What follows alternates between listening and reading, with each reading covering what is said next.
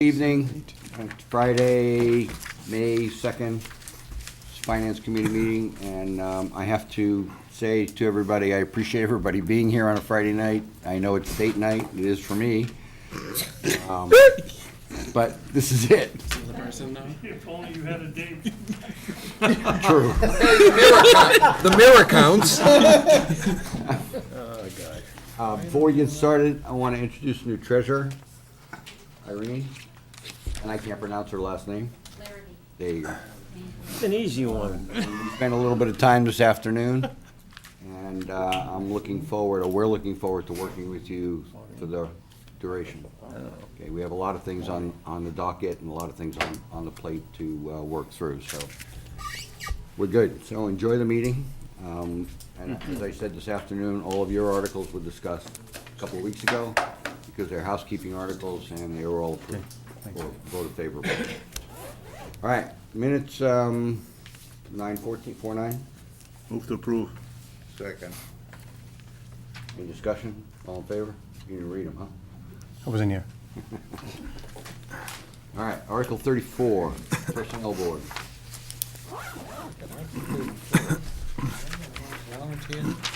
David, you have a warrant or no? Have I got an old warrant? Because Article 34 is a stabilization account. Article It 30, changed. yeah, you have an old warrant. I will. How are you? Good, how you doing? Good. Huh? I don't have the warrant. Article 34 is, Mark, do we have a new warrant then? 'Cause if I gotta there was one article added, so some of the numbers changed. Which number was added, I Mark? don't know what number it was. So this is the old 33, it looks like. This the old 33? Looks like it, yeah. Okay, got it. Okay. Town vote to amend the personnel bylaws for longevity pay. I thought we did this, by the way, last year. Yes, we did, and this is a housekeeping issue. We found out that in one case with the chief, that the lieutenant required a certain number of years of service in the union before he could qualify. So because of that, we're changing the article to incorporate all years of service with the town. So there's really no change to the article other than that. Question, Mr. Chairman? Sir? You mentioned the union, Yes. and now you're mentioning the town's going to do something with it. Run that one past me again, because it just went right by me. Well, in the previous wording of the article, we stated that it had to be an Article 2 employee for the length of service.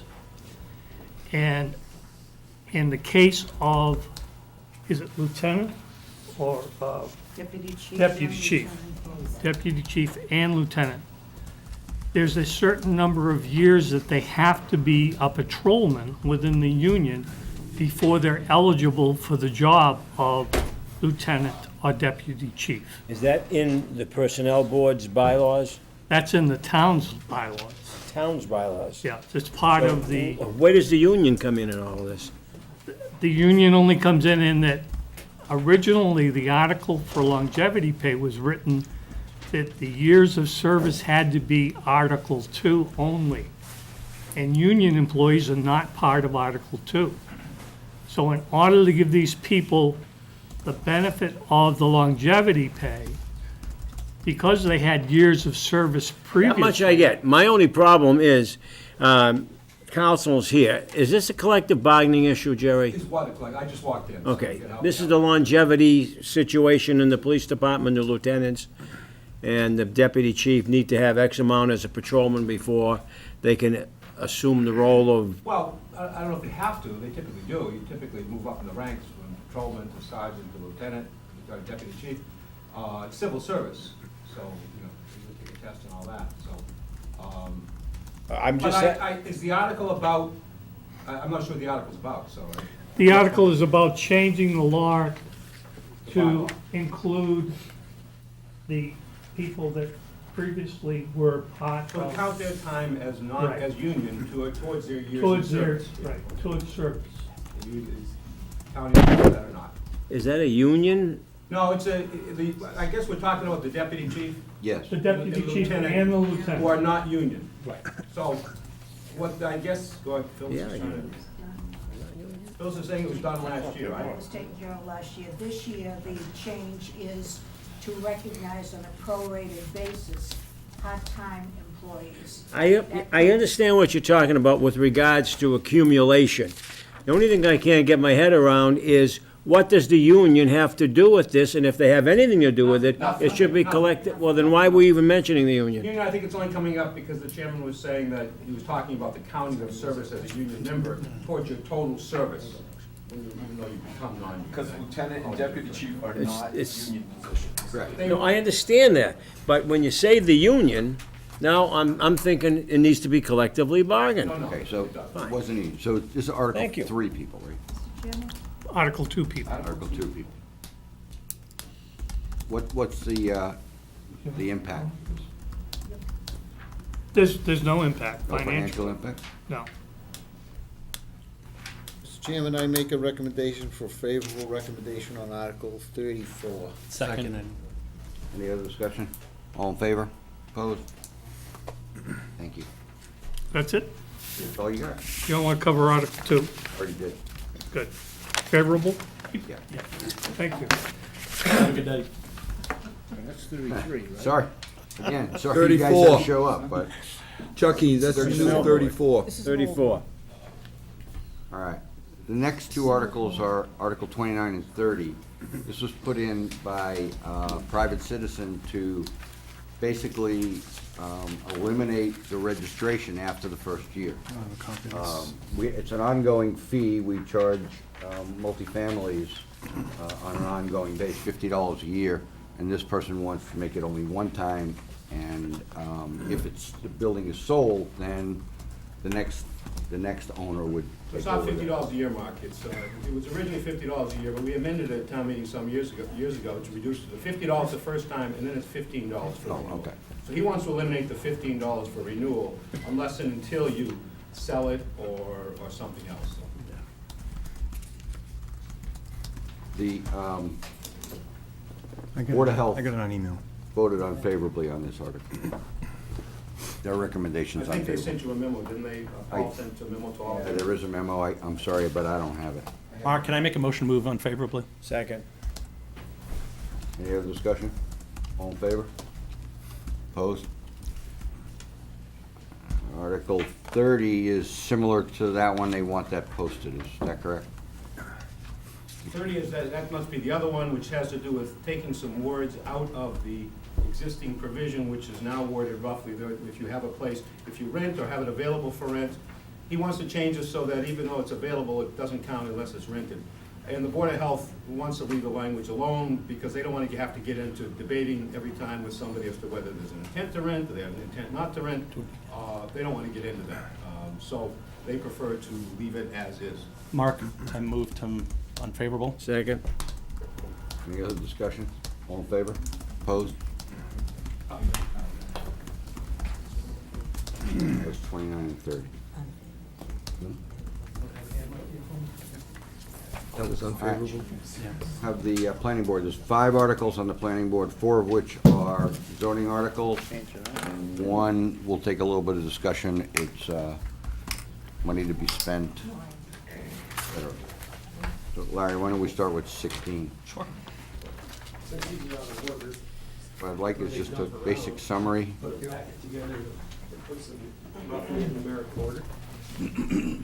Assuming I could count that day, hopefully they're in numerical order.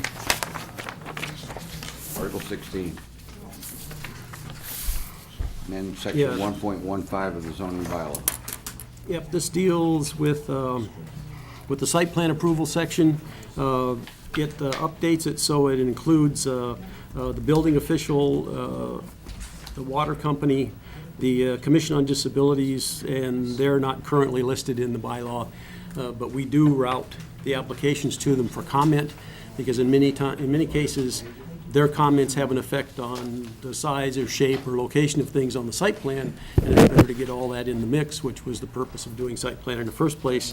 So those first 3 sections deal with that, It's wordy because the current bylaw is laid out that way, and this just, it's simpler to just replace it with new subsection 3 and 4 and 5. And then the last portion at the bottom of the page is the only thing that's not really a housekeeping kind of thing, and that extends the time period of validity of site plans from 1 year to 3 years.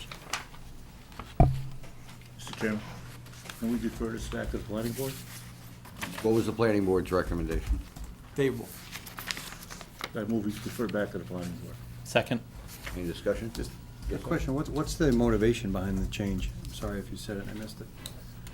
What's the, To update the bylaw to match what's actually happening. There aren't, the bylaw doesn't list all of those agencies that we route the site plans to for comment, but because their comments do have an effect on the site plan, we wanted to formally recognize them in the bylaw, and especially with the Commission on Disabilities, so that the zoning bylaw clearly ties in the handicap access, the application of AAB standards to our site plans. okay.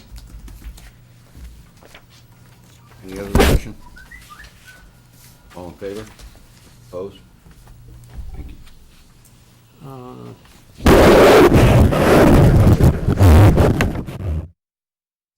Article 21 would add language to the bylaw in relation to life science research and development, as well as scientific research and development, especially in the BP Business Park Zone.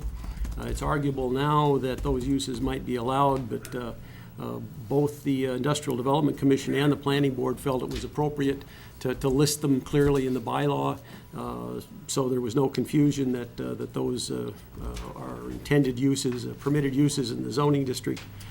It also cleans up some language in the accessory use subsection of that use chart, so that it would allow scientific research and development as an accessory use without a special permit in the business park and all of the industrial zones. Right now, because of an older amendment in state statute dealing with scientific research, the way we dealt with that change several years ago was just to allow them by special permit everywhere.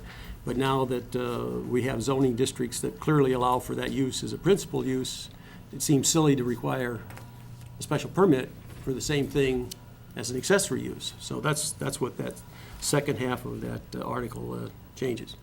And then Planning Board was favorable on that. Need a motion? Favorable. Any second? No second? Second. Any discussion? Is everybody asleep? We should refer to sponsor. That's where I am. Planning board, the planning board was favorable, right? Yes. So it's refer to sponsor. Why refer to sponsor? This makes it easier for us to attract biotech Yeah. and scientific research companies. Right. I would think this is something that we ought to stand behind to bring more business into Milford. Why make it any harder in a competitive environment? Yeah, I'm sure IDC. Am I missing it, and- Larry? Nope, I'm sure IDC and the Planning Board agree with you. Oh, planning board said favorable. That's why I Right. was. That's what I'm saying, I think we ought to go favorable on Well, it. that's fine. That's what your motion was, right? Yeah. Yep. All right, on that basis, I'll second the motion. Any other discussion? All in favor? Opposed? Okay, Article 22. no, 23. 22 is the I'm GIS sorry, article. 23, We'll you're right. come back to that. 23. 23 is definitely a housekeeping article. This subsection of the bylaw dealing with swimming pool fences is in direct conflict with the state building code. That's a real no-no to have your zoning bylaw start trying to adjust regulations in the building code, and ours isn't even comparable. So the appropriate thing is to just delete that particular second paragraph. Favorable recommendation, Mr. Chairman? Second. And the planning board's recommendation was? It was favorable, yeah. Yeah, these are all planning board articles. I know. Right. Missed it. What was the significance of this? Swimming pool? It's to bring the regulation about swimming pools and fences in line with the state. Okay. Yeah, the No other state- discussion? All in favor? I mean, I think this is a refer to sponsor one. We're getting confused. as we normally do. 27. Article 27 would propose that gasoline service stations be eliminated in the use chart for the CA commercial zone. That's the tight downtown business zone that runs basically from the Tom Building to the fire, or to the police station. The last service station was the Shell station, where the 7-Eleven is now. Now that it's finally gone, it doesn't seem to make sense to allow new gas stations to come in an area that we're trying to revitalize. Simply, if for no other reason, in terms of the traffic, additional traffic that they generate in an area that's already pretty congested. So it's been much better, even though it's a 7-Eleven and that generates its own, enough traffic on its own. It was worse when there was a Shell station. So that was the motivation behind this. Again, the IDC and the planning board both are favorable on this. Mr. Chairman, I'm sorry, Larry, I didn't hear you when you described the proximity of this land. CA district is where again, please? The old Dunkin' Donuts. That, I can't read it from that map up there, Larry, I'm sorry. Can't see that? No, I'm sorry. I'll start on this side. Okay. The CA zone runs from the top building, which is here, down to the police station, well, actually, a little past the police station. It runs to the Congress Street, South Main Street intersection. Here's Town Park, here's the police station. Post office is over here. So in that short stretch, it Now, doesn't seem to make sense to allow gas stations. When you say gas station, does that mean or require that they sell gasoline or petroleum products? Can a repair shop go in there? A repair shop can't either. And anyone that's in this district now is grandfathered? There aren't any. Well, I'm looking at Central Street, and I could swear that there is a repair shop on Central Street. I might be Isn't wrong. Milford Auto Body in there too? Excuse me? There's a glass place on Central. There's the glass, area glass. There's an auto place on Isn't there Milford Auto Body right there across from Middle School East?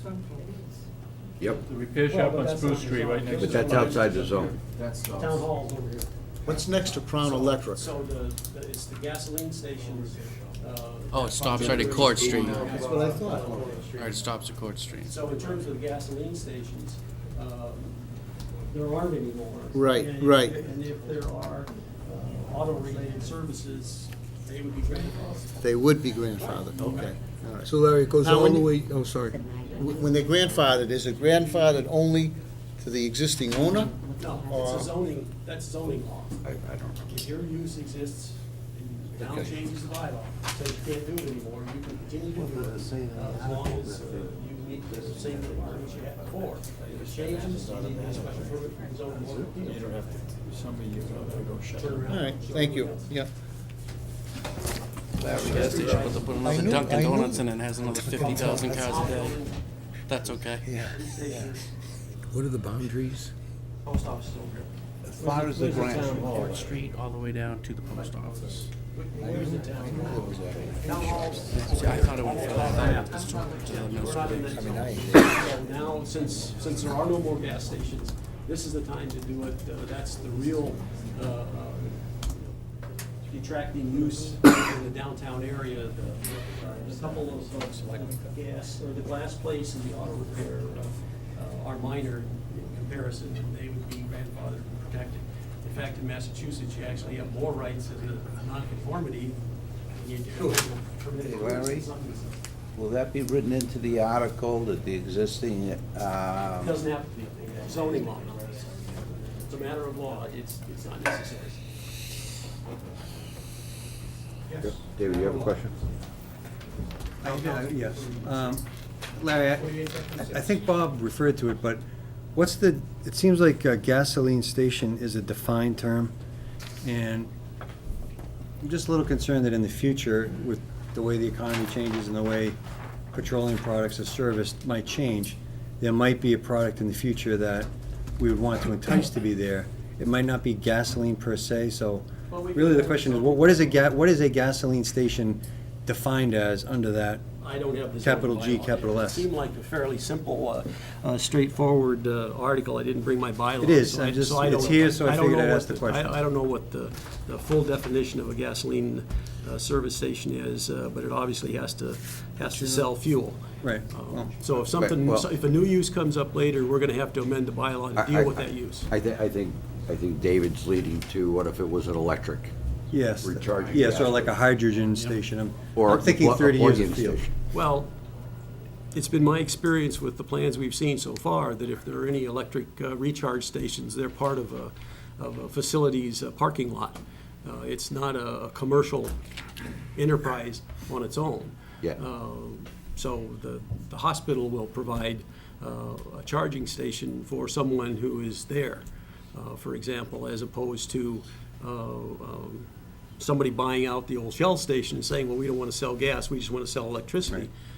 So that's different. And if it gets to that, we'll deal with it. Right now, you wouldn't be able to do that just anywhere you wanted. Any others? Larry, has the selectmen made a comment on this at all? About changing the? I don't think the selectmen have gotten to actually take a position on any of the zoning articles yet. Not, I was there, we didn't get to that. Some other things took an awful lot of time. And obviously, the planning board was favorable. It was their article. I'm just wondering, Mr. Chairman, electrical aside, what about hydrogen, natural gas? I mean, those things are on the horizon. Right. Is Well, he it said with they'll change the article, or they'll propane? change the zoning. Worthwhile to find out what is the true definition of a gas station.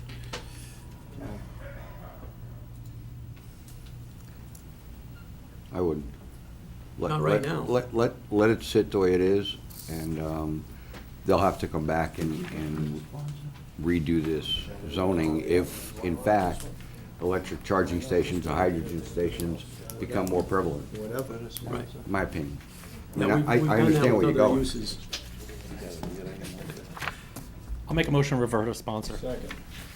Any other discussion? All in favor? All right, Article 22. Article 22 is going to take a little bit of time.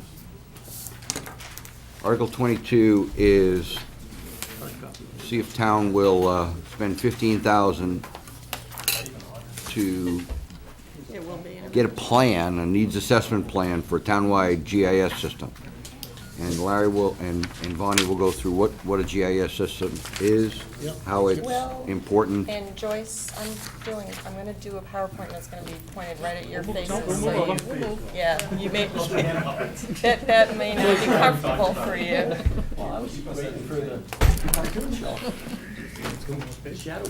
And because being in the real estate business, it's very important to have, that towns have a GIS system, because you can look up a lot of very good data about land that you're trying to buy or housing that you're trying to buy. No, that's okay, once I get it going. If you want.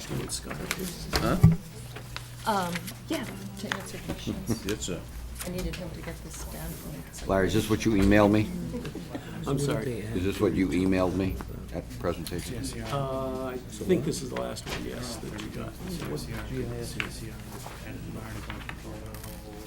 Geographic Information System. seems like something I should have done years ago. Gotcha. Okay, thank you very much for listening to us tonight. We're going to talk about this article that is for evaluation and assessment of what the town needs to do to get a GIS system and get us up and running with a GIS system. And I'm sure most of you probably know what GIS stands for, but it's a Geographical Information System that can be used both for tracking existing information within the town, and also it can be used for operations and maintenance, and it can be used as part of an asset management system. So we feel that it's pretty important that Milford move forward with this. Just an overview of GIS in Massachusetts, about 80 towns and cities have fully developed GIS systems, and neighboring towns that have functional GIS systems include Medway, Hopkinton, Franklin, and Grafton. As you'll see as I continue with the presentation, there are different levels of GIS systems. So obviously, some of these communities have much more developed systems than others. GIS layers can include data for assessing purposes, utility location, natural resource mapping, emergency response, and asset management. So there's a wide range of abilities in a GIS system once you get the information into the system. And GIS files are typically managed by a designated GIS professional, so somebody who's been trained. And this can be an in-house function or it can be contracted out. And that's also part of what we'll be looking at, is what is the most cost-effective way for Milford to proceed with respect to that. These are just examples of some of the applications. You can map your water, sewer, and drainage systems, not just your pipes, but your manholes, your curb stops, your water gates. You can also link that to, like I said, your operations and management information. So when you have an area where you seem to have chronic problems, you can link your GIS system to the log that shows how often you have problems coming up. Planimetric parcel maps. Right now we have very basic parcel mapping on the GIS that we have contracted out. Planimetric parcel maps are much more accurate, much more detailed, and we will have the ability to do that. Emergency response, I don't know. Emergency response also, so our fire and police already use this at some level, but it also can be used for emergency response for the water company or the sewer company if there's a pipe break or an overflow.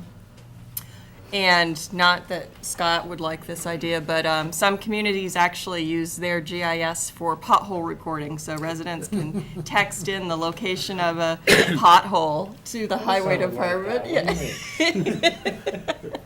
And then natural resource mapping. And the state has a variety of different GIS layers that can be used to map natural resources. So what do we have now?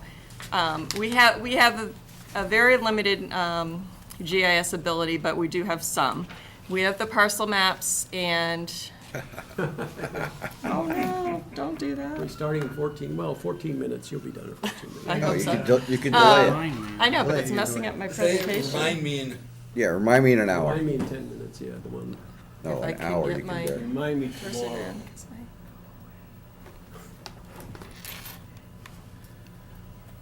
Where is it? There it is. It's gonna take 14 minutes to get the I cursor know. down. Just put on there, remind Mark and tell him go. Yeah. I'm hitting it now. Click the All box. right. You gotta click the Well, box. let's speed this up. Click the box that says 10 Move over minutes. and Down click at it. Click the 10. No, it's underneath it, actually, is the problem. Lift it up. Just hit the word 10 minutes and it will bring up Do it on your the, computer, just do it on your it computer. will bring up the I'm trying selections. to. Do it on your screen on your Is computer. this how the GIS system I don't have works, touch too? screen. This is why we need a Mr. person. Valani, can Oh, you like get the this? tech director down here, please? No, I There's no can't. arrow on your computer. I would say I so. don't have a mouse. There you go. There we go. Now just hit enter and it will automatically do Thank you. Okay. like put my resume in, Rick. Yeah, go ahead. So we have the parcel maps, and like I said, we don't have them planimetrically, though. We have this contracted to AppGeo, which is a firm that does it for us for an annual fee. We have access to the state maps, everybody does. But if we had a more robust system, we could use those maps more effectively. We have participated this spring in a collaborative effort for flyover data with several other communities in the area. And so we will be getting that information shortly, and we will have the ability to integrate that into a new GIS system once we have one. We have limited water, sewer, and drainage mapping, and to give you an example of what I mean by limited, we have all of our drainage outfalls have been GPSed, so we have mapping of where those outfalls are in town, but we don't have any mapping of where the pipes or the drainage manholes or the catch basins are that flow to those outfalls. So it's some information, but it's not very useful in its current form. And then most of what we have is historical information in hard copy format. And so, you know, from my perspective, for my job, when somebody calls engineering and they want to know where's the drainage in the street in this subdivision, I have to go find the old subdivision plans, pull them up, and go over that with the person, you know, face to face, instead of saying, you can pull it up electronically and look at it, you don't have to come down to town hall. It'll be easier for both the staff and the residents to get the kind of information that you're looking for. Nice job. So this is what I'm hoping that we will have for GIS capabilities. In-house GIS support, somebody who would work in the planning and engineering department and would be the GIS point person. They would not necessarily do just GIS. They could probably assist in other ways in planning and engineering.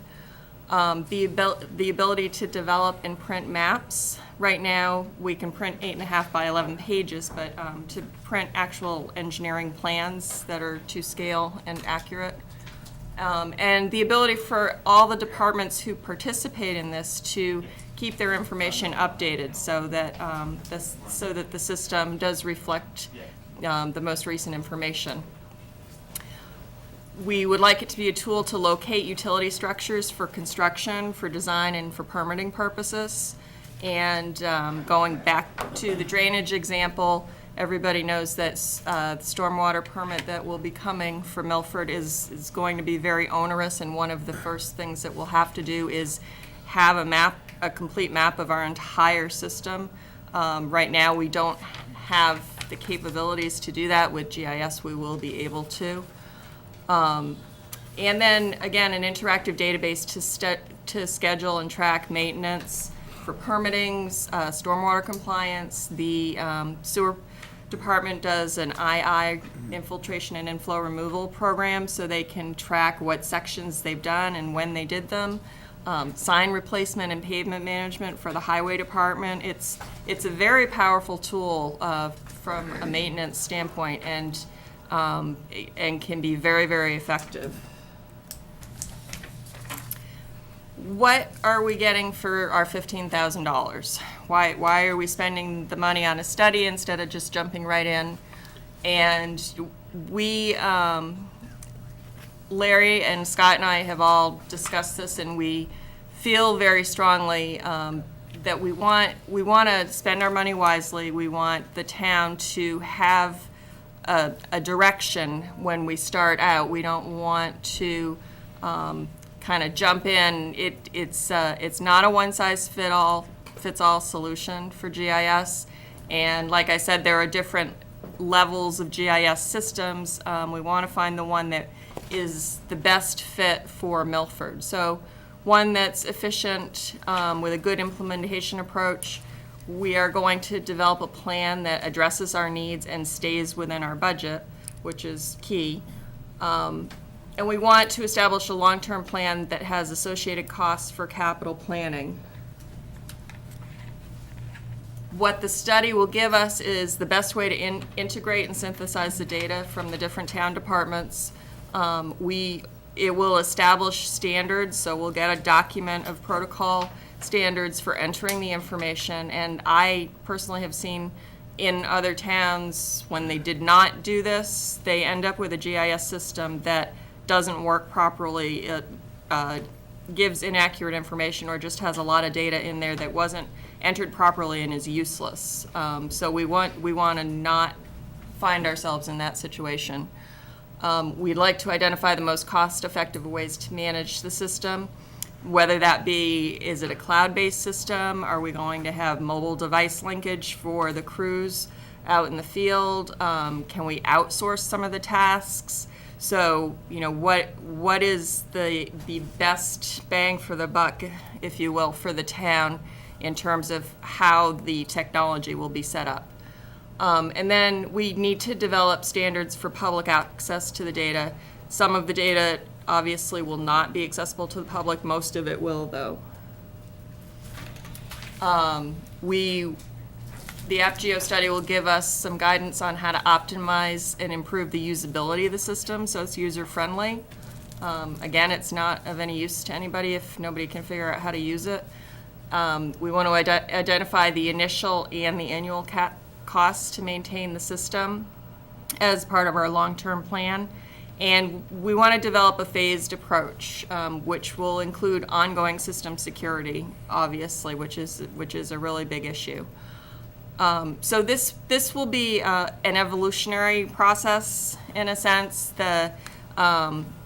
We would like to develop a phased program, but then, as we continue with the GIS system, there will be continuous updates and changes to the system. And I'd like to compare it to the computer system that we have at Town Hall right now. We're not using the same computers we used when the first computer came into Town Hall. We're not using the same software. And we recently contracted and did a technology study to find the best way for us to approach our technology needs in Town Hall going forward in the future. And I see this as being a very similar thing. Here are a couple of examples that I was able to get for costs. The town of Concord, Mass. has had a system startup cost of $168,000. That was to get the software required, the Esri software, and it includes an annual salary for the in-house GIS staff. So that was their first year startup cost. The town of Easton, Massachusetts had a phased approach. Over 3 years, they spent about $100,000 a year. Each year was a little slightly different, and then their maintenance is $78,000, but that includes the Esri updates, and that also includes a GIS person on staff. So these are the types of costs that we will be looking at. Could you go back to that? Sure. Town of Easton, over 3 years, $300,000 to implement the program, Yes. and then 78 annually for the maintenance. Yes. So by the time they ended up with the 3 years, they were over $500,000. Correct. But the $300,000 for those first 3 years was the data collection, the data entry, all of that information. Once it's in the system, then it's just a matter of maintaining it. And they had all done a prior implementation study before they even got to that stage. So can I just follow up on that? Sure. So 100,000 per year, there's data entry. After the 3 years, it sounds like the 100 drops off the board, and then you're left with the 78,000 for the Esri? Pretty much, yeah. And it's not just data entry, it's people going out in the field with GPS units and locating structures, locating pipes and manholes, going back through old plans and figuring out what size things are and then putting that information in. And there will, so then the 78 would be some maintenance. So a new subdivision goes in, you have to put all that information into the system so that it's up to date. Don't forget about the salary. I have a question, Mr. Chairman. 1 minute. I don't know. Bonnie, Yes, that 78,000 does not include the annual salary of the 1 or 2 people you have to hire to do all this or maintain all this stuff. that 78 actually does, I believe, in Easton include the salary of the person. I think it's about I $50,000. know in Concord, they had hired 2 people according to the report that they sent me. 78, if it's $50,000 person, you're gonna eat 78. By the time you give them insurance and Right, benefits. okay, well, let's let Bonnie finish. Just a point of order, Mr. Chairman, I Sure. think we need to keep in mind that these are just examples of other towns. The issue before us tonight is, do we want to proceed and Exactly. ante up $15,000 to put together the study and lay all these things out for the town of Milford? Exactly. This is just, Let Bonnie finish, and then we can have a discussion. Yeah, I wanted everybody to know sort of what the next step would be, just to get the big picture.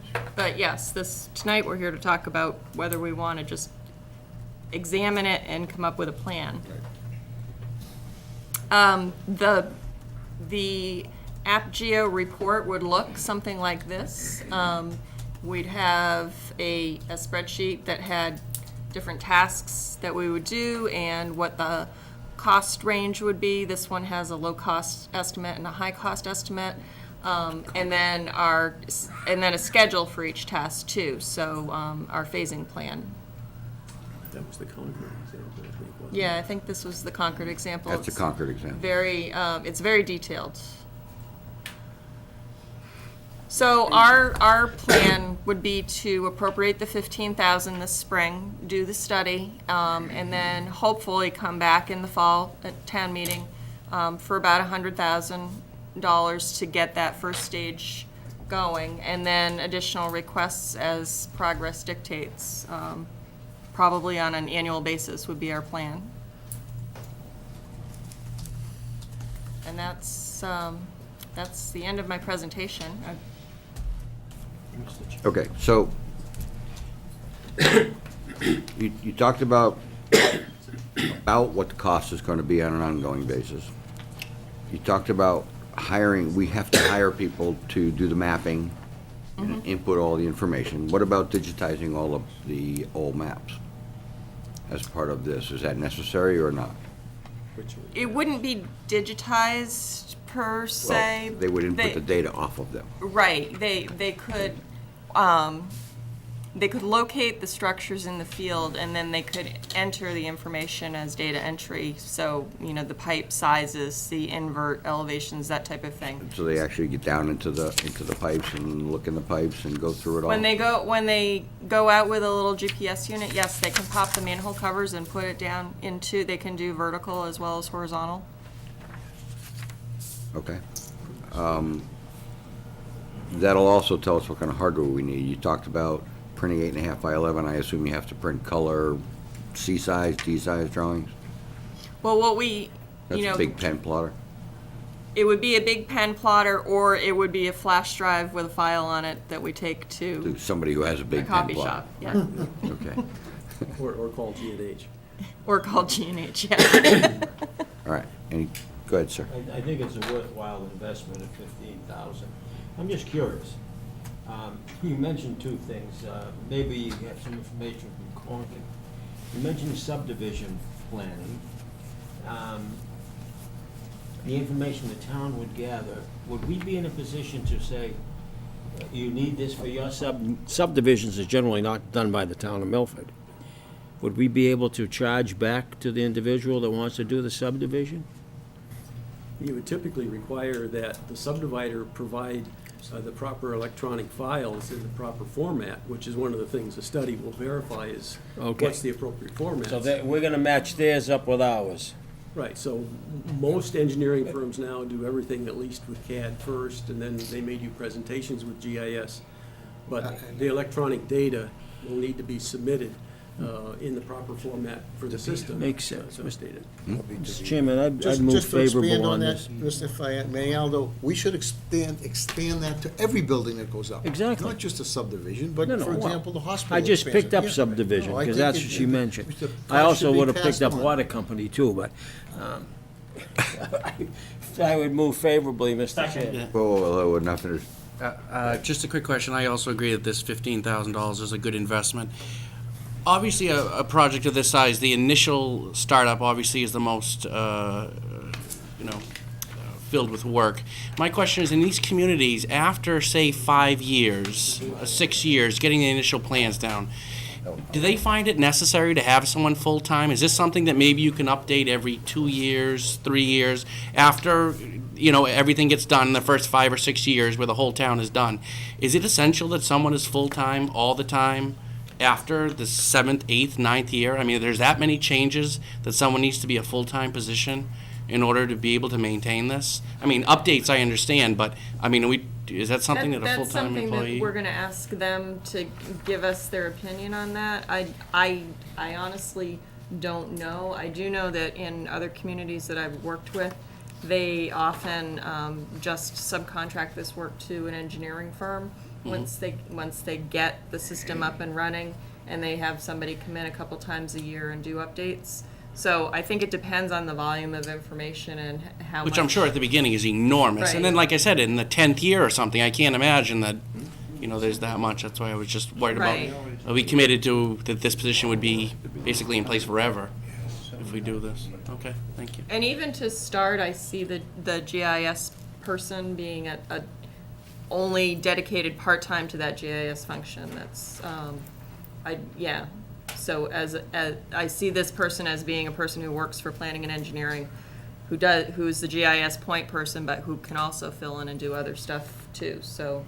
Presentations to the FinCom. Right, exactly, on Friday nights. We won't need it because, we won't need it, Larry, because we're gonna all have tablets and we We'll can bring just the send it to GIS you. system We'll up on just it. It's send it not gonna to be you, an yeah. issue. Yes, sir.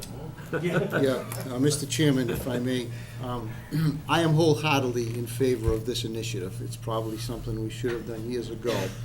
But be that as it may, I'm reading from paragraph 1 in the handout. It says Phase 1 Needs Assessment.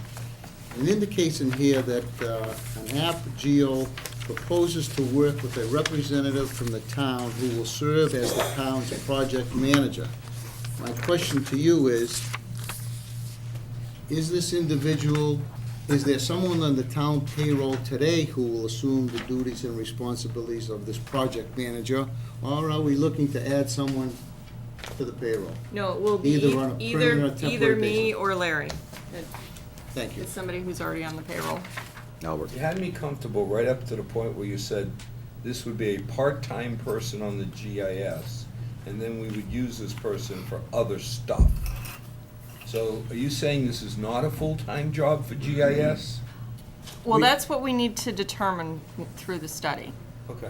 But I'm saying if we don't need a full-time person for GIS, they won't be we won't be Okay, paying that's- for a that's saying full-time we're not person just for gonna hire a GIS. full-time person. We're not gonna hire somebody to sit around half the time and do And then nothing. go find something else to do. Right. So if the study Right. comes back and says, this is a 20-hour a week, then we hire a part-time person, Correct. which makes it a lot more economical. Or sub it out. Or sub it, either way. But if you find out that you really do need a full-time person, then obviously we wouldn't want to have gone through all of this and then shoot ourselves in the foot with a 20-hour or No, 19-hour. Larry, I guess So that's that's what why it the is. study- We'd like understand to that. see the study determine, because as Chris said, in the beginning, on all these type programs, it may be a full-time job for a year or year and a half. But if the study, because we'll ask when you come back, if the study indicates this is full-time for 18 months to 20, I'd hate to add a full-timer, because then when we lay them off or drop them to 20 hours, we're gonna have that long tail of unemployment. Right. That's why you would chop it out. Well, that's my point. You may never hire them from the beginning, you just farm it out. Exactly, and that's what this would help us. Right, Concord had hired 2 people in 2 different departments, one in the highway department and one in the engineering department, full-time people. Concord's a little bit, I'm not sure if it's a bigger town or a smaller town, but they have much more money than we do. So, Mr. Chairman, I'd like to make a motion that we favorably recommend. I have another question. Oh, sorry, Well, I'm sorry. go ahead. We could, Yes, you already got a motion in a second. and a second. So any other discussion? You already have a Jack, motion on the- Yes. go ahead. Will this generate any revenue towards the town? We know about, we have the expense side now. Well, it won't generate revenue, but it will save the town money in that it'll be more efficient for town staff to get information and provide information to the public. I mean, like I said, when somebody calls me about what's in a specific street, I have to go back into the vault and pull out all the old blueprints and find the right plan and then call them back and have them come in and, this will just make that process so much easier and it will save a lot of time. So you're saying this is a town service? Yes. Okay. Well, it's a service to the residents of the town, it's also a service to the staff of the town. It's also a service to outside people looking at the town. As I said earlier, from a That's real true. estate perspective, when this property we're looking at to either make an offer on or sell, we go into the GIS systems of other towns, look at the property lines, look at how, and validate what's in the town records. We could also tell if it's in floodplains, et cetera. It's very important stuff. All right, say again? Any other discussion? All in favor? Opposed? Okay, remember, right now, we're voting for 15K. We could be voting for 500K. Yeah. All right. Could be, Could be. Could be. could be, Could be. as if there was a question mark on the end of that. Could be. Thank you. guys. Good job. Article 33. Scott. Thanks, Larry. Article 33, 125,000 for stormwater management, compliance and mapping. Well, we're gonna have GIS systems, so you don't have to worry about it. Well, we need to get the info to put it on the GIS. Well, they'll do it. Right, that's what this is about. So basically, it's just for the continued compliance with stormwater management, you know, including some mapping. This is one of, I guess, 3 years of mapping that we plan on doing. A total of about 350,000. This is the first step. Mr. Chairman, question? Hold on one second. Mr. Correa, this come before your subcommittee on the 5-year plan? Of the map, no, because this is not a capital, it was deemed that this is a service, and we had no choice, so we went through it, but we did not study it in depth. It was when we Bonnie, just. don't leave, please. Oh, I'm not, I'm getting a drink of water. Here, you want Oh, some get a water? drink. Scotty, if I remember, this was part of a three-year effort. Yes. So Mark, we did not study it in depth because the impression was, oh wait. The impression was that there really was not an alternative, that this was one of these unfunded mandates, and that, Scott, you actually said you may be able to save us some money in the third year. Right, we don't know what the total cost is gonna be at this point. It's been estimated at 350,000. So we said 125 in the last year. 100, We may be able to get away with 100, but we didn't study it in depth, right. because it just seemed pretty obvious. Did I miss anything? Nope. Nope, this is the next permit that's coming out, and the permit is specified, I think, 2 years, is it 2 years it said? 2 years you have to do to get this mapping done. And the permit could come out at any time, so I guess what we're doing is we're getting a jump start on it before we do have to do it in 2 years. Right now, they're saying the final permit will be issued before summer. So, I mean, it Right. should have been out already, but. They've said that many times. But they finalized they finalized the permit in New Hampshire, and the Massachusetts permit is the next thing on the list. All right, so if I understand what you're saying, Scott, you cannot wait beyond this spring? We can't tie these two together? So if we do all of this other tracking, we can't provide Scott with what he needs? We actually will be able to tie it together. The information that will be collected for the 125,000 will be able to be merged into our GIS system. What about the other 125 and the other 100 after that?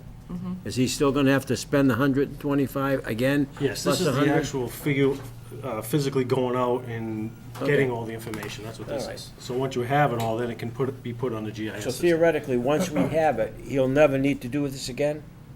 No. Not for the existing systems, for new systems, yes, but no, I guess what I should say is whether we have GIS or not, we still have to do this. right. This is a requirement. And if we don't have GIS, it's gonna be much more labor intensive. The requirement is to have your whole drainage system mapped. Right, you've just done it, okay? Boom, Yep. everything's done. It's done. You have to do it again next year? No, once it's done, it's done. Okay. That's it. So all you need to do is add the new things, or the new areas? Anything new, right, that would be all the entry into the GIS. I was just trying to get out of paying, $300,000 if Bonnie could cover it with phase 1 or 2. Well, so go back and explain the 125,000 for 3 years. It's gonna take 3 years to do all this mapping, is what you We said. could do it in one if we wanted to spend the 300 or 350, but we're just trying to do it gradually. So it's sections of the town you're gonna do, Scott? Yes. Oh, okay. That makes sense. Mark, this was a question, can we do it all at once? Yes. Do we save anything by doing it all at once? The impression was no. Can we spread it out over 2-3 years? Yes. So I guess All right, we could fund it all in 1 year, or what we thought the best thing to do is, if we don't have to do it for another 2 years after this, let's just blend it out. all right, let's make some assumptions. We have to do this one now, or it's imminent. It's coming. if we do the GIS system, which won't be till fall, or at least appropriate the money in the fall, you would start doing the data entry, the inputs, probably in the spring. I don't know if you'd be out there in the middle of winter, but let's assume you were. He would already have a third of his done. You would have Correct. people out there doing similar stuff. He wouldn't have to spend his other 2/3 if we implemented the GIS system, because you would do that automatically as part of the GIS system, correct? No, this is, Right. this is She's additional. mapping something different. No, she's mapping everything, including stormwater management, is what we just talked I don't about. think you said that. But I it's didn't not, hear it's that. not everything, that's to get it up and running. And what Scott needs the money for is for the people on the ground, actually. But that's what you need the with a money for. GPS unit, and we will do that too, but then the sewer department's gonna need to do their system. Right. I mean, we've got a lot of information that needs to be collected. Understood. What I'm saying is that if we're already gonna, let's assume town meeting approves the 15K, and the study comes back and says we need one full-time person and 325 people walking around with GPS for 2 years to do all of this work, that would be included in all of that work. My assumption, because you said part of the GIS system is stormwater management. No, Mapping. no. It wasn't included in my estimates, and my estimates were based on what other towns had spent too, just to No, I understand. back up a second. So when we do the study, we can ask them to give us an estimate that includes the stormwater or doesn't include the stormwater, however we want to approach it. I thought that was part of the But right whole- now, for now, Scott would actually like to get people started now on mapping the stormwater system, which is, I understand the 125 to get it done now, or start it now. Gentlemen, excuse me. I understand it now. My question is, next year, a year from now, when his second third of his mapping will take place, or needs to take place. But you will already be implementing, assuming it passes, all of the GIS system, and that would be part of that mapping, is what I understood. Yeah. it is part of the mapping, Okay. but I can't tell you at this point in But I'm time hearing her exactly what the savings are gonna be, because, I'm not looking for Because I don't that, I just don't want to because I spend the don't money have that number. twice, is my point. oh, We yeah, won't no, be we mapping wouldn't it do twice. that. We won't wouldn't be do doing that. So if anything, if anything, it would save you some of the money of the mapping that she would have to do. I mean, a lot of that mapping, like the, Oh, it's not going to save anything, Scott, because you're going to do it as opposed to. well, you won't money be to do it. spending it on that part of it, is what I'm saying. It won't be You're still spent spending. twice. Wait, No. you're spending the money. As a So- town, you're gonna spend it no money. matter So now, what. Don't, just pretend we didn't talk about GIS tonight. This- No, But this what we still did. has to be done, though. This We're is not arguing whether you have to This do has it. not, nothing to do with the GIS system. That's not an argument or a discussion at this point in time. And my guess is you'll see a favorable vote for 125K because you have to do it. That wasn't my point. Right. My point was that you said that that was only 1/3 and you'd have to do another 125 and another 125. And Bonnie is saying that over the course of 3 years, we might be looking at 500K total to get it all mapped and all done and all said. So now we're talking about 850K. Yes. And now I'm I concerned. don't know that. We can't determine that Okay. right now. But my estimates are based on what other towns have spent, and they're not based on any kind of And again, factual. I understand that, but if you want to pull a number out of thin air, we call it a scientific wild ass guess, okay? And being a scientist or an engineer, that's what we do, and we're pretty close usually. So my point is that we're at 800 and change now Yes. for the 15K that we just, Yes. the return on investment at 15K for 800,000 makes it what? 400%. And you have to have the sewer right? department do theirs. Oh, the sewer department's got to, but they're gonna Department probably has pony all up for those the sewer department too and get some money from them. You know, Mark, one of the questions I'd like. I just want to be sure, Scotty, I just want to be sure that we're talking about all of the same stuff. One of the questions I'd like to see addressed in the study is obviously, if we're gonna spend the 300-odd thousand on stormwater management. That's a given. Of course. Yes. Now, the question in my mind becomes, when do we spend that? If we front-load it, then we're getting a lot more of the town done, because if we do your proposal also, it's all coming in the beginning. Is that the best move, or should we blend in Scotty's activities with yours? And what's the downside? You know, we were talking about hiring maybe a half-time person. Are we better off hiring a full-time person doing the stormwater Again, and? you're right, and again, that's my point. I think we have to look at the, Well stated. we have to look at the whole picture Yep. when this study comes back. If on because- just a 15 grand, make sure they look at, That was Both one of the pools. things, how to integrate all the information from all the different town departments. So assessors, sewer department, the water company's information as well. Right, But I'd but like if he to know what the physically has to go out and downside do is. it, and the sewer department physically has to go out and do it, I mean, the stormwater drains are right next to the sewer drains. You know, Yes. You pull up two things See, and you drop the widget they down wouldn't and you're do good to it. go. I wouldn't do that. No, no, They'd Scotty, do them two separate times. I know what you're seriously, saying, if you right. look at it and you say, okay, No, I if we understand do totally. two separate entities, Mm-hmm. costs X dollars, we get it done over so many months, it'll be faster. Now, if we do it together, would it be longer? What's the downside, and what do we save?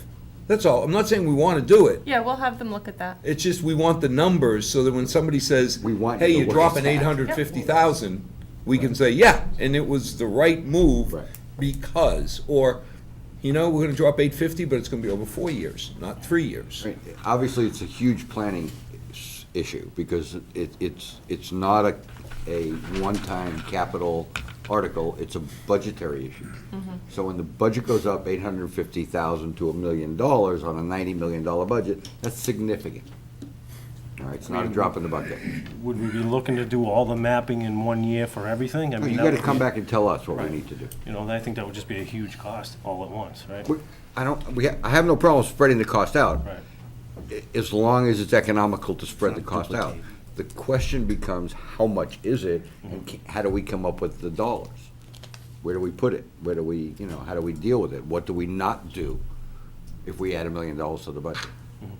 And Scotty, if you came back and said there is a huge benefit to doing it in a year, Yeah. well, then we'll talk about it, because, you know, if you said, hey, I'm gonna save you 100 grand, if you did it all at once, we ought to talk about it, because that's a lot of money. If it turns out that we're not gonna save anything, or there's downside, and that's what I'm hoping your report will go through. Do it all at once, do it together, spread out, just tell us what All the right. positive and the negatives are. So are you saying that you want to see the report on the GIS before you authorize any, or before you support any article for stormwater funding? No. Okay, okay. We didn't say that at all. Like I said, he's got to do it, and I don't have a problem from my perspective, and I'm sure these people don't either, allocating that $1.25 now. Okay, But next good, year, when he 'cause we comes need to back for get started. $125,000, that ain't gonna happen. Right. Right, obviously, we'll know more at that point. Yeah, no, we'll, Right, yeah, It's we'll be able to answer those the second and third part of questions. that stormwater that we want to see, because the first one, you got to get going. Yeah, exactly. That's not a problem. All right. Okay. Any other? I need a motion? Need a motion? Yeah, I do. Motion to favorable recommendation, Mr. Chairman. 125,000. Correct. Second. Any other discussion? All in favor? Opposed? Thank you. Patty, can I just ask you one quick question? No, no, come here. Not fun, potholes. Article 28. What? Oh, it was two of us. Yeah, me.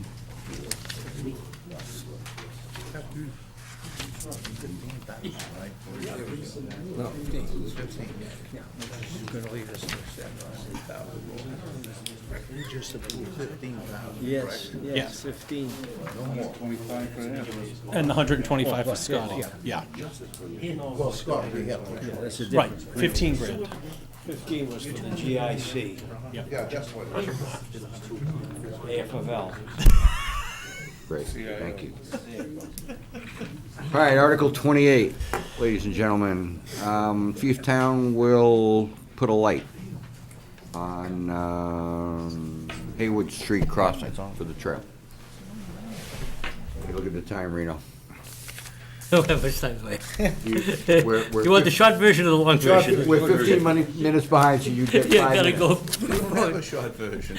Right? I don't know about short versions, Right, I you only got- know one version. You got 5 minutes, 10 minutes, I'll give you Okay, 10 all right, minutes. look at, first of all, let me say that finally, this longest-running continuous capital improvement project, the Milford Upper Charles Trail, is finally coming to an end. We hope we'll finish construction this fall, and then a year from now, we'll probably disband the committee and go do something else. But anyway, I wanted to thank you for your support of all these years, and it's been a pleasure working with all of you. Given that, I already used a half a minute. When we developed this, last phase we're working on goes from Mont Pleasant Street to Route 109. That's the missing link. It was part of the alternate route project, not to go into that whole story again, but it's finally under construction with Eastland Partners, who's building the Waldenwood subdivision. They're doing that work as an agreement with the planning board for no cost to the town. But when we developed the plan, I went to the selectmen in 2010 because it was, the alternate route wasn't going anywhere. I says, well, the committee wants to put together a plan for an interim path. And if we, in the last appropriation we got for town meeting was to do a design sufficiently so we could get private contractors to participate pro bono and have the town participate in some degree as well. And part of that plan was that the town would pay for the flashing beacon at the Hayward Street crossing. Is only one on this phase. And then we would get contractors to try to do, and volunteers to try to do all the rest. Then Eastland Partners came along and said with the planning board, we'll do a community project. We had estimated to be about $920,000 of work. And the flashing beacon was not in the plan that they agreed to with the planning board. So we believe that that flashing beacon, again, is a safety issue.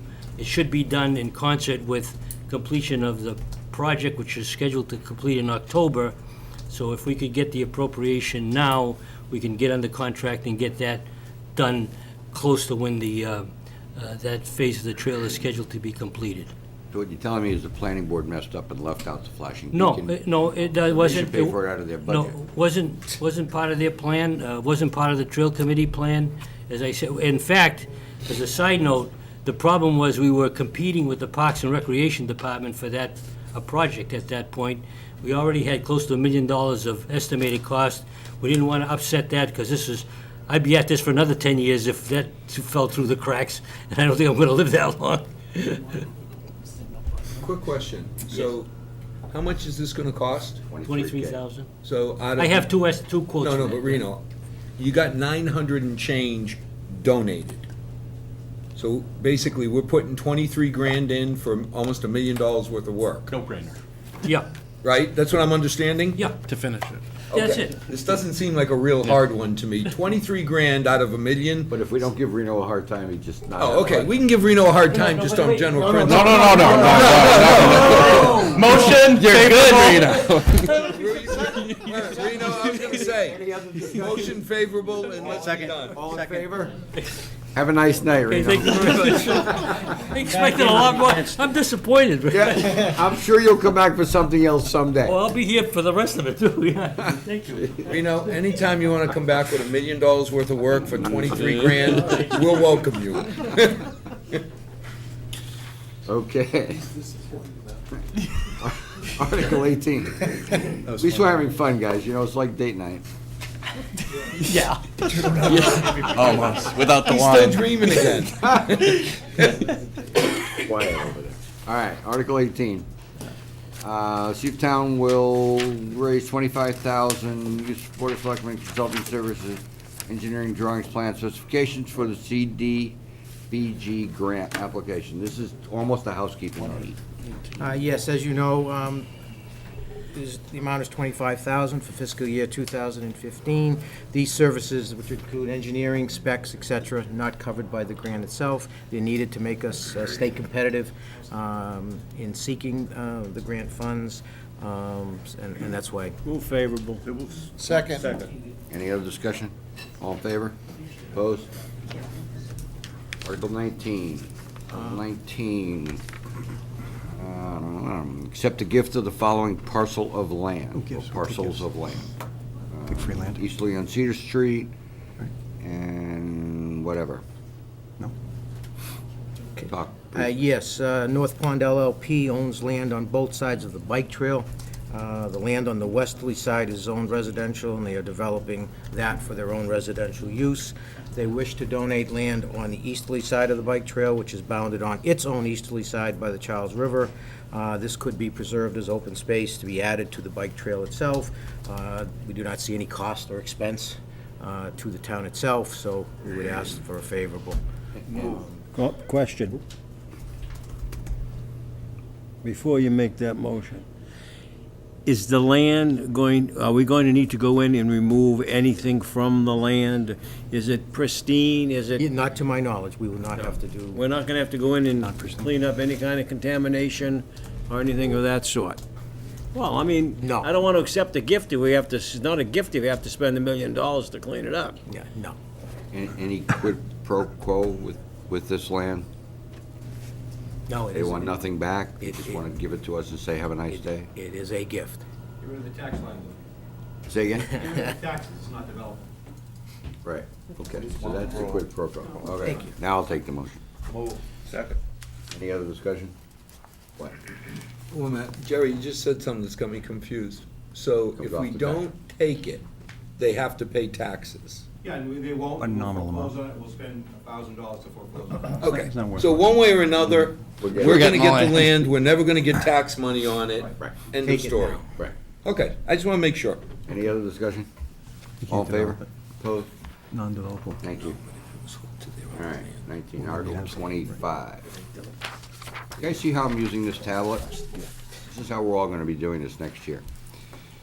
Well, maybe almost all of us. See if town will raise and appropriate, utilize collective bargaining agreement between town of Milford and the library staff. No way. And the number is, 45.5, I believe. yep, I think you're right. I have that data. It's collective bargaining retro pay. Move. Second. Any discussion? All in favor? Opposed? I have that on- Yeah, 44,000. Is it 44 or 45? 44. 44, I'm sorry. Wait a minute. What?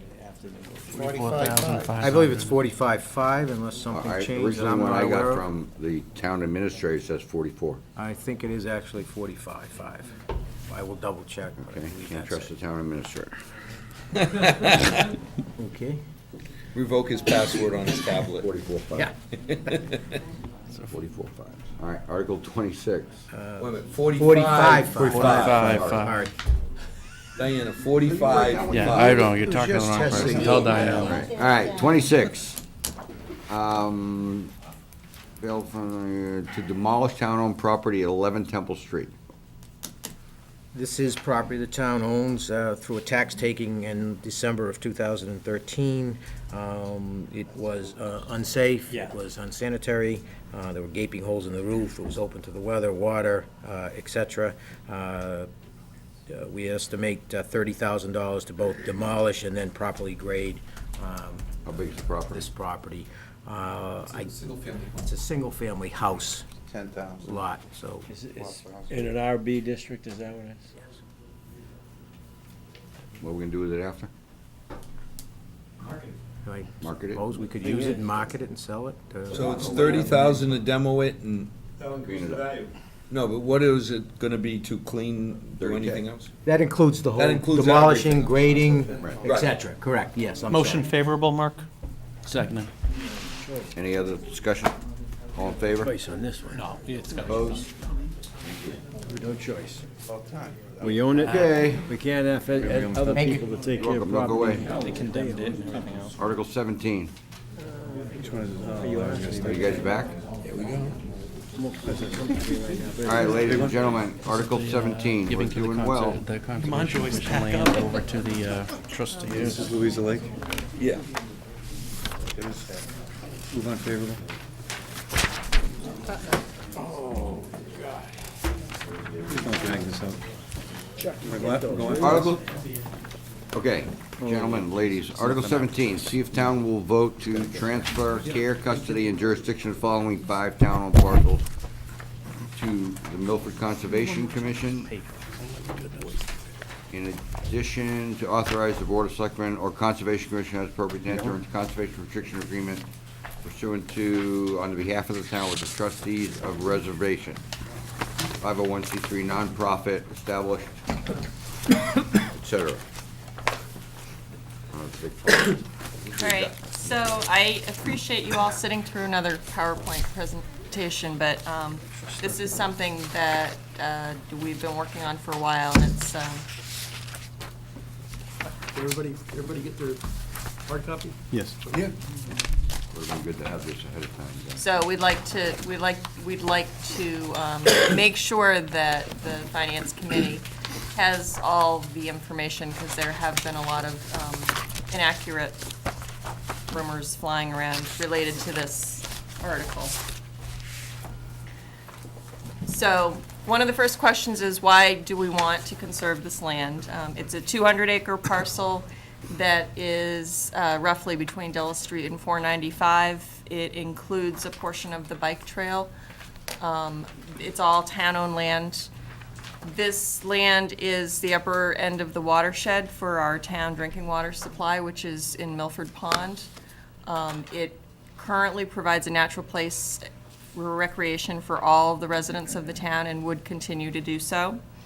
So the conservation restriction would ensure that that would continue. It provides natural filtering of stormwater contaminants and provides flood mitigation for the town.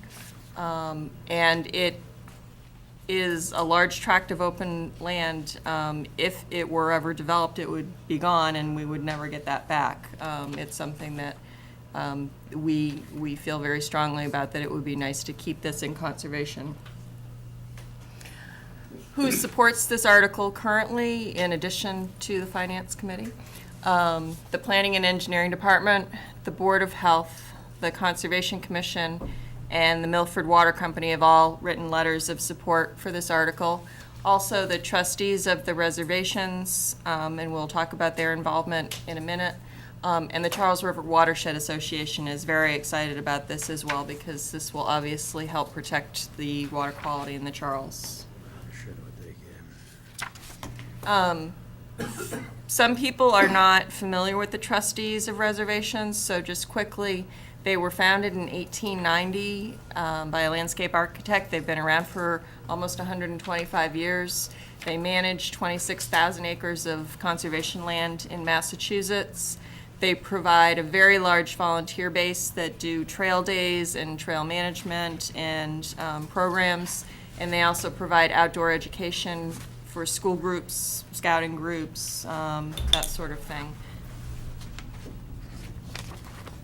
The goals of the trustees, as stated in their 2018 strategic plan, is to focus on protecting special places near significant numbers of people and with deep ties to the communities they benefit.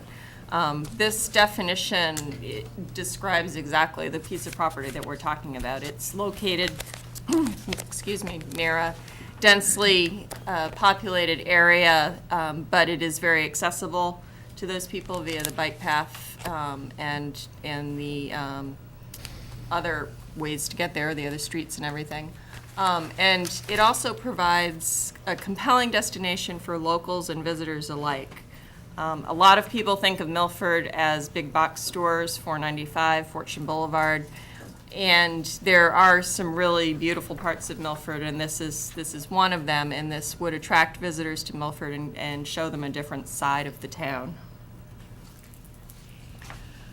So the activities that would be allowed under the conservation restriction would be passive recreation, which would include hiking, walking, cycling, picnics, fishing, horseback riding, event tents, anything of a non-intrusive nature, basically. The maintenance of the paths, the parking lots, forest care and forest management, invasive species treatment, and mosquito spraying would also all be allowed. So anything that would help to maintain the integrity of the ecosystem.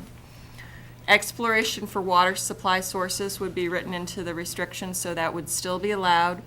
The town has plans at some point to expand the parking lot at Louisa Lake, and so future construction of additional parking in that area would also be written into the conservation restriction. And then educational programs and outdoor classrooms would be allowed, as well as temporary structures or small structures like informational kiosks, little warming huts for cross-country skiers, that type of thing. The trustees, if you're familiar with any of their lands, they tend to provide a very welcoming environment for the people who go there. Some of their properties have pavilions where groups can go and have picnics, that sort of thing. The activities that would not be allowed under the conservation restrictions would basically be anything that would involve clear cutting of the forest or reduce the ability of the land to store stormwater and recharge the groundwater. And some of these activities would be turf fields, tennis or basketball courts, pools, cell phone towers, solar arrays, wind turbines. Motorized vehicles would not be allowed except for wheelchairs. The mining of gravel or stone from the property would not be allowed, nor would the conversion or sale of the land to a developed state be allowed. One of the questions that people have been asking is, well, why even bother partnering with the trustees? Why not just have the Conservation Commission maintain this land under their jurisdiction? The trustees will provide the town with an enormous amount of resources, engineers, biologists, attorneys, if there are any legal issues. They will enforce the conservation restrictions, so if somebody encroaches upon this land, they will enforce that. They'll manage the property, they'll organize their volunteers to go out and do cleanup days and that type of thing, and trail maintenance. Trustees' support will actually put the property on the map. Literally, they have a map of all their properties that go out to their members, and with a description of what's allowed at each property, it'll make this property in Milford a destination for people who are looking for a nice place to go hiking and biking. It will demonstrate that Milford is forward-thinking, that we're putting this land in conservation and protecting our water supply. And then two other key points that I'd like to make. The conservation restriction can be amended. With agreement by all parties, you can sit down and negotiate changes to the conservation restriction. It is not 100% written in stone, even though it is written that it'll be put in conservation for perpetuity. So if there is, for example, if the town wanted to build another parking lot at some point in the future up towards the 495 end, we would sit down and negotiate with the trustees, and if they agreed that, that would be a good use for the property so that there would be additional parking provided and more people could access the property, then that would be amended. And also, the town is retaining ownership of this land. We're not giving anything away. The town owns the land. The trustees are just our partners in helping us to manage the land. So with that in mind, if this land was put under the jurisdiction of the Conservation Commission, there would be no formal conservation restriction. You can't give a conservation easement to yourself. So it would just be under the jurisdiction of the Conservation Commission. And to change that jurisdiction to, say, give a portion of the land to the Parks Department or the School Department, it would require a 2/3 vote at town meeting. Conservation in perpetuity would not be 100% ensured by that method of preserving the land. If it was managed by the trustees, it would still be under Conservation Commission jurisdiction. But then this legal conservation restriction would also apply. So to amend or rescind the conservation restriction, we'd have to go to the State Secretary of EEOA, and they would have to approve the amendment. So there's another layer of protection, basically, to help ensure that this land is protected and is used in the best way. And that is the end of the presentation. I'm happy to answer any questions, and Reno and Larry also. I have a couple of questions, and since I get first choice. A couple of things that you said bother me. First thing you said was if we put this under the trustees and we want to build another parking lot, because that's the right thing to do for the town, we have to negotiate that change with the trustees, and if they say no, then it's no. But if it's our land and it's under the town meeting, we only have to go to town meeting and say we want to build another parking lot. It's the right thing to do, and let town meeting decide. First question. Is that correct? I mean, they could say no to all of this stuff. But the conservation restriction that you have a copy of in front of you already has parking areas as exempted uses. What it doesn't have is the exact location of where it is. Right now, we have a parcel of land that we, the town, purchased for open space. Has anybody wanted to build on it? Has anybody come and asked, we want to build this there? Why, the town would have to vote and say yes or no, because it's town-owned property, right? Well, that's Whether true. it doesn't have to be under Conservation Commission restriction, and it That's doesn't right. have to be under the trustee. But there's nothing that stops that from happening That's correct. at all. Right, maybe it's the right thing to do. And if it's under Concom jurisdiction only, then if the Concom would agree to relinquish their authority on the land, town meeting would still determine who it was gonna go to. I'm just trying to decide, But you're missing the point. The point is that the draft that you have in front of you of the CR already provides for your scenario. It already provides for future parking lots. No, it The only says- thing it doesn't say is exactly but- where it's gonna be. right. That What I he was heard using that as an example. What I heard was two things. I heard negotiate changes to it once it's approved by town meeting, which I'm not sure I want to negotiate with my own land. A. B, I heard draft. Explain to me what we're voting on a draft. You're town not meeting. voting on this. What are we voting on? Town meeting doesn't vote on the CR document. Town meeting authorizes the Board of Selectmen to enter into a conservation restriction, and our proposal is to have that run to the trustees of reservations. Oh, so if, It could run to the Trust for Public so Lands. or so some if the other selectmen 501c3. decide that they want to change this, right? Do we have to go back to town meeting and go through the changes? Not They have necessarily, complete no. authority, right? If they, the article in the warrant would authorize the selectmen to enter into a CR. The CR is only exists in draft form. It's Could be not done. anything, right? So it could be finished in 3 months, in 6 months. It might not even be done for fall town meeting. Okay, so My expectation is that if the article passed just as it's written now, the selectmen would then, in earnest, work on finalizing a document to take back, hopefully to the fall, to town meeting, so town meeting would know what it was they came up with. So you're But- saying but that it the- would go back through town meeting? I would assume that they wouldn't have to. But it doesn't, but it Wait, doesn't, wait, but it doesn't don't- wait, have wait, to. excuse No, me. it doesn't Don't- have to the way don't- it's Don't drafted. assume. If you're giving them authority, then they have the authority. All right, the other question I have Mark? is, excuse me, Reno, the other question I have is, this is one parcel of land.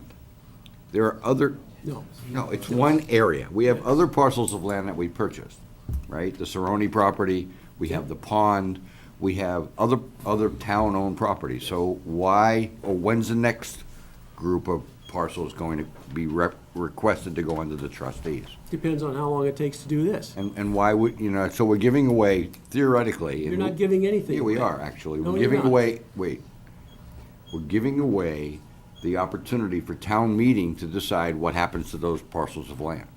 That's what we're doing. Town meeting is making a decision to protect this in perpetuity for future residents of the town. We And agreed to whether do they that, like wait, to wait, walk we through- agreed to well, do that when we bought the property. No, you didn't.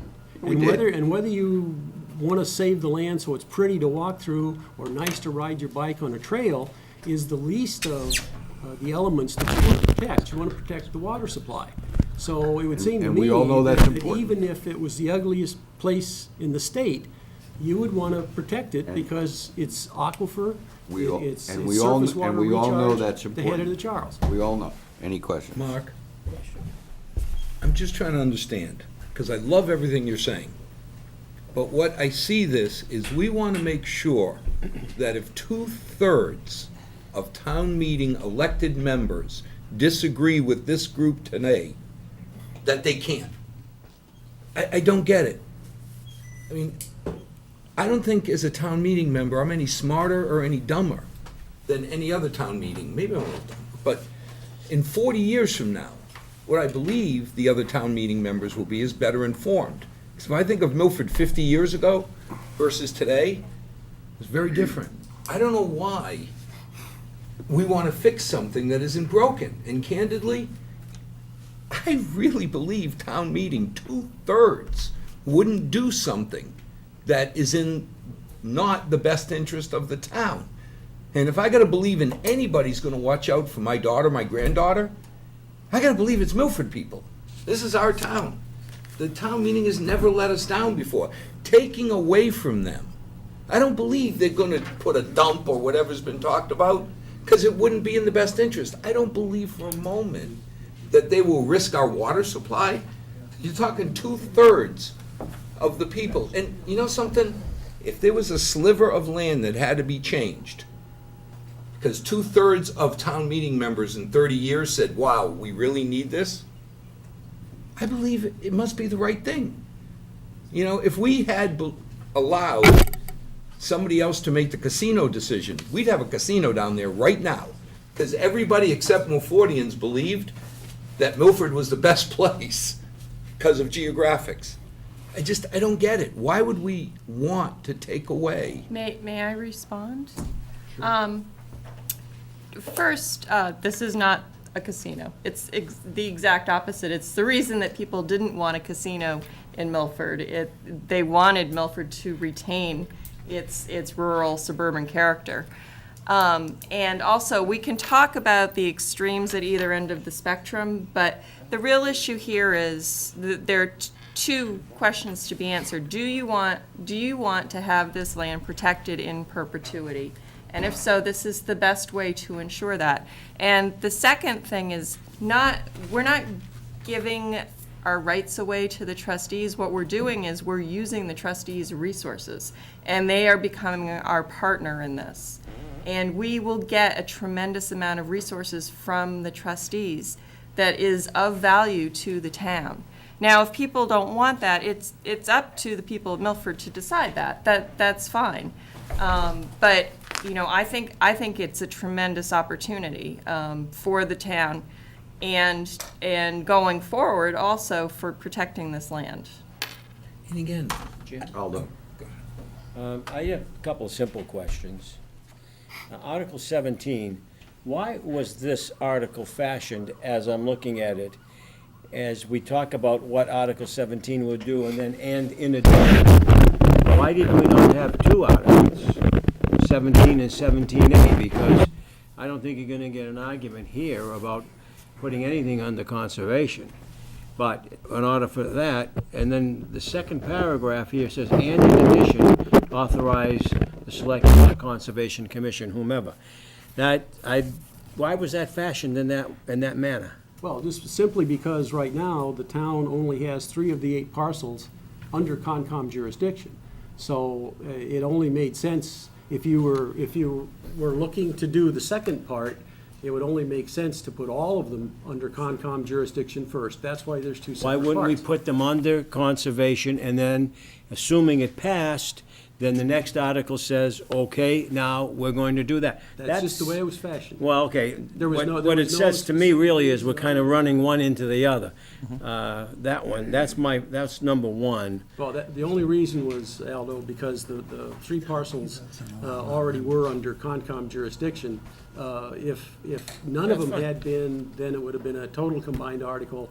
Or if they'd all been already, obviously you don't need that first I step. have read this a couple of times, and in fact, I had the opportunity to sit with counsel, because I really don't understand 2/3 of the legalese in anything. But the question I would have, and it's a simple question, I'm probably reading it incorrectly, where the reserved rights, it runs down the whole list of things, and we talk about the inability, on this, that's on paragraph C I'm talking about. Yep. Under paragraph B, it says that the use of motorcycles, et cetera, et cetera, et cetera, et cetera. If I read that as it's written there, except as reasonably necessary in exercising any of the reserved rights in paragraph C. Now I come into paragraph C. That doesn't prohibit us from having police department run up and down that roadway? No, absolutely not, and that would, It says as that would be required by part of police, it. firefighters, and governmental agents. Right. And then finally, you said it's going to be there in perpetuity. Well, once again, another legal term, extinguishment. I missed that one. I must have been taking torts that day. But it talks about court proceedings.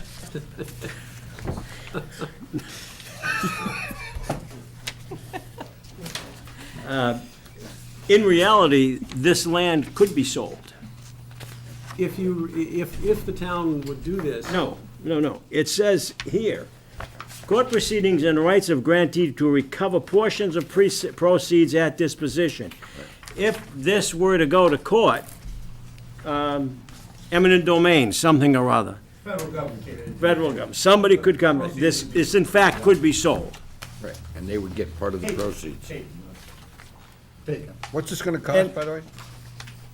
I'm sorry, although I didn't mean And to yeah, interrupt. okay, now, is this a one-time, I think we're looking for $12,500? That's correct. Is that a one-time thing, or is that an annual thing? One time. Okay, do we have to pay any dues or anything with these folks? No. And the other thing I had was, obviously, the town of Milford continues to maintain as we have at this point in time. Continues To this own point in it. time, continue to maintain it. Continues to own it, and some of the maintenance may actually be done by the trustees or volunteer groups with the trustees, depending on what their educational projects might be. I've already Okay. mentioned When a some. portion of the trail washes out, which it will, at some point in time, the asphalt will go away, we will have every opportunity to repair that Yes. without going to these people to Right, get permission. That's in there. Absolutely. And we intend to call Reno at home at whatever time of day No, or I'm not night. gonna bother Reno. Reno Just come Larry, down with his little just- shovel. Just call me, I'll call him in. Thank you, Mr. Chairman. Mr. Chairman, I have a comment. All right, go ahead. Two of the- Got a minute and a half. You used 4 Yeah, minutes right. left. He doesn't breathe in a minute and a half. Let's suppose that the Conservation Commission could put a conservation restriction on itself. Could put all of these conditions on itself. And we establish what we think can be done now and what should be prohibited now. But at some point in time, something else we want to do on the property is not in this agreement.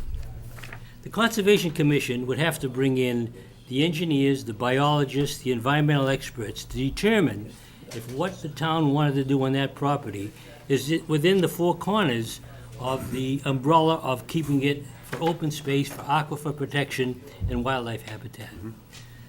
With the conservation restriction under the umbrella of the trustees, they bring in all these experts, and if we have a proposal that fits within the four corners of the open space requirements, primarily to protect the watershed, that should be a case that we could make. We would make it to the Conservation Commission too. I mean, me as a town meeting member, if the Conservation Commission came up with some wild idea, I would want to know with numbers how that's going to affect the quality of the water supply, for one thing, and plus the wildlife habitat. So what Bonnie has said is that when the trustees become involved in this, they're not in our underwear. They're not coming in here and dictating what we can do on a day-to-day basis. They're a resource that we draw on when we need it, when the town wants to do something, to be absolutely sure what we do is consistent with what our goals were. So what you're saying is we'll save about 50K if we, for these consultants that we would hire At least. to do that. depending on what the item is. If it's to make a little out structure or something, probably you wouldn't, in fact, those things are allowed already in the conservation You restriction. know, you sit on the pond committee, right? Yes. Do you remember when we first talked about dredging that pond and what we were gonna do with all of that material? Where was it gonna go? On the Consigli property. Right. The east half. Yeah, but that was proven to be non-economical. Well, no, I know, but there was a situation where we wanted to use that property for the good of the town. Yeah. Et cetera. And we'd have to go negotiate with, because that's not in here. No, it's not a negotiation, it's approving the fact that what you want to do is consistent with what the intent of the set-aside is. It's not negotiating. You have in fact, I would believe, because that was a temporary operation, we would put the material in the Consigli property and someone would eventually truck it away. So, you know, that leaves the land back, in fact, probably even better shape than when you started, because there's not much clear cutting you have to do that. And it was determined but to be it was- environmentally sound practice to do it. It wasn't harmful. Right, well, I understand that. I agree, it was environmentally sound, but it was a use that wasn't in here. So we'd have to go back and amend this Well, but agreement and add we're that not doing use. that with Milford Pond. That's not happening. I understand. Well, That's not the point. That was an example. I think, Mr. Chairman, Mr. Chairman, I think that's exactly the point. We don't know. Right. We don't know what's gonna happen 6 months from now, a year from now, 10 years from now, 50 years from now. That's my problem is, I think your idea is unbelievable. I love going down there. I think everything that you've come up with, I think is perfect. That's where I go with my kids on a summer day. I drink the water that comes from there. But the fact is, in 50 years, I don't know what I'll need. Earlier tonight, don't worry about gas stations on Main Street. Well, what about hydrogen? Well, we'll worry about that later. Right now, we're saying, you know what, we can't worry about it later, because we're not going to have that chance. And that's my only issue with it. Besides it, every bit of the idea that you guys had, I think is phenomenal. But the fact is, the removal of any ability of this town 50 years from now to do something with our own land is where I have an issue with it. And I know you say we can negotiate, but still, if they say no, it ends. That's how they operate. So, like I said, your idea is great. It's awesome. But- Everything about it. But the ability for them to say no is what I have a problem with, personally. You have to start with the premise that we believe this is the most sensitive area of land in the town of Milford. It's right smack on top of Godfrey Brook, and it feeds the well fields and Cedar Swamp Pond. So anything we propose has to be a very simple kind of arrangement. It can't be very complex, because it won't stand the test of protecting the water supply. So we can talk about hypothetical extreme putting roads through it. I mean, there was a proposal to put a road through that property, and the Conservation Commission blocked that. But the Conservation... Oh, fantastic. And on town meeting, I would have voted against it. We don't know if a future Conservation Commission is gonna have the same attitude But toward why wouldn't open they? space. How do you know that their They're trying to do the trustees best for 50 the years town. from now won't have a different opinion? But you've got a But you don't ha- Conservation Commission right now that you supposedly trust, and they're inheritors of this long lineage of trust that prior Conservation Commissions have had, and they're telling you this is the right thing to do if you really want to protect the land. You need to step up and do it. Don't just keep talking about it, because someday, somebody's gonna come in and wanna put a mall there. And you're gonna say- And I will vote against that as a town meeting member. And you might Exactly say, as a future FinCom, we can make a lot of money off of that, we ought to do Whoa, it. whoa, wait. Come on, The Finance Committee, you know where our positions are on everything that we've ever done. It's a conservative committee, and I expect that the future finance committees of this town will carry on the exact same demeanor and tenor that this committee has done. And that's why this town is in good shape. So don't say that, and yes, we trust the Conservation Commission, period. Sir? No, all I was gonna say is, and my argument is pretty much similar to everyone else around the table so far. I think it's a bad idea. I think it's a bad idea just because of what Aldo pointed out at the end. And what Reno talked about is what the Conservation Commission would do. At least the Conservation Commission members are community members.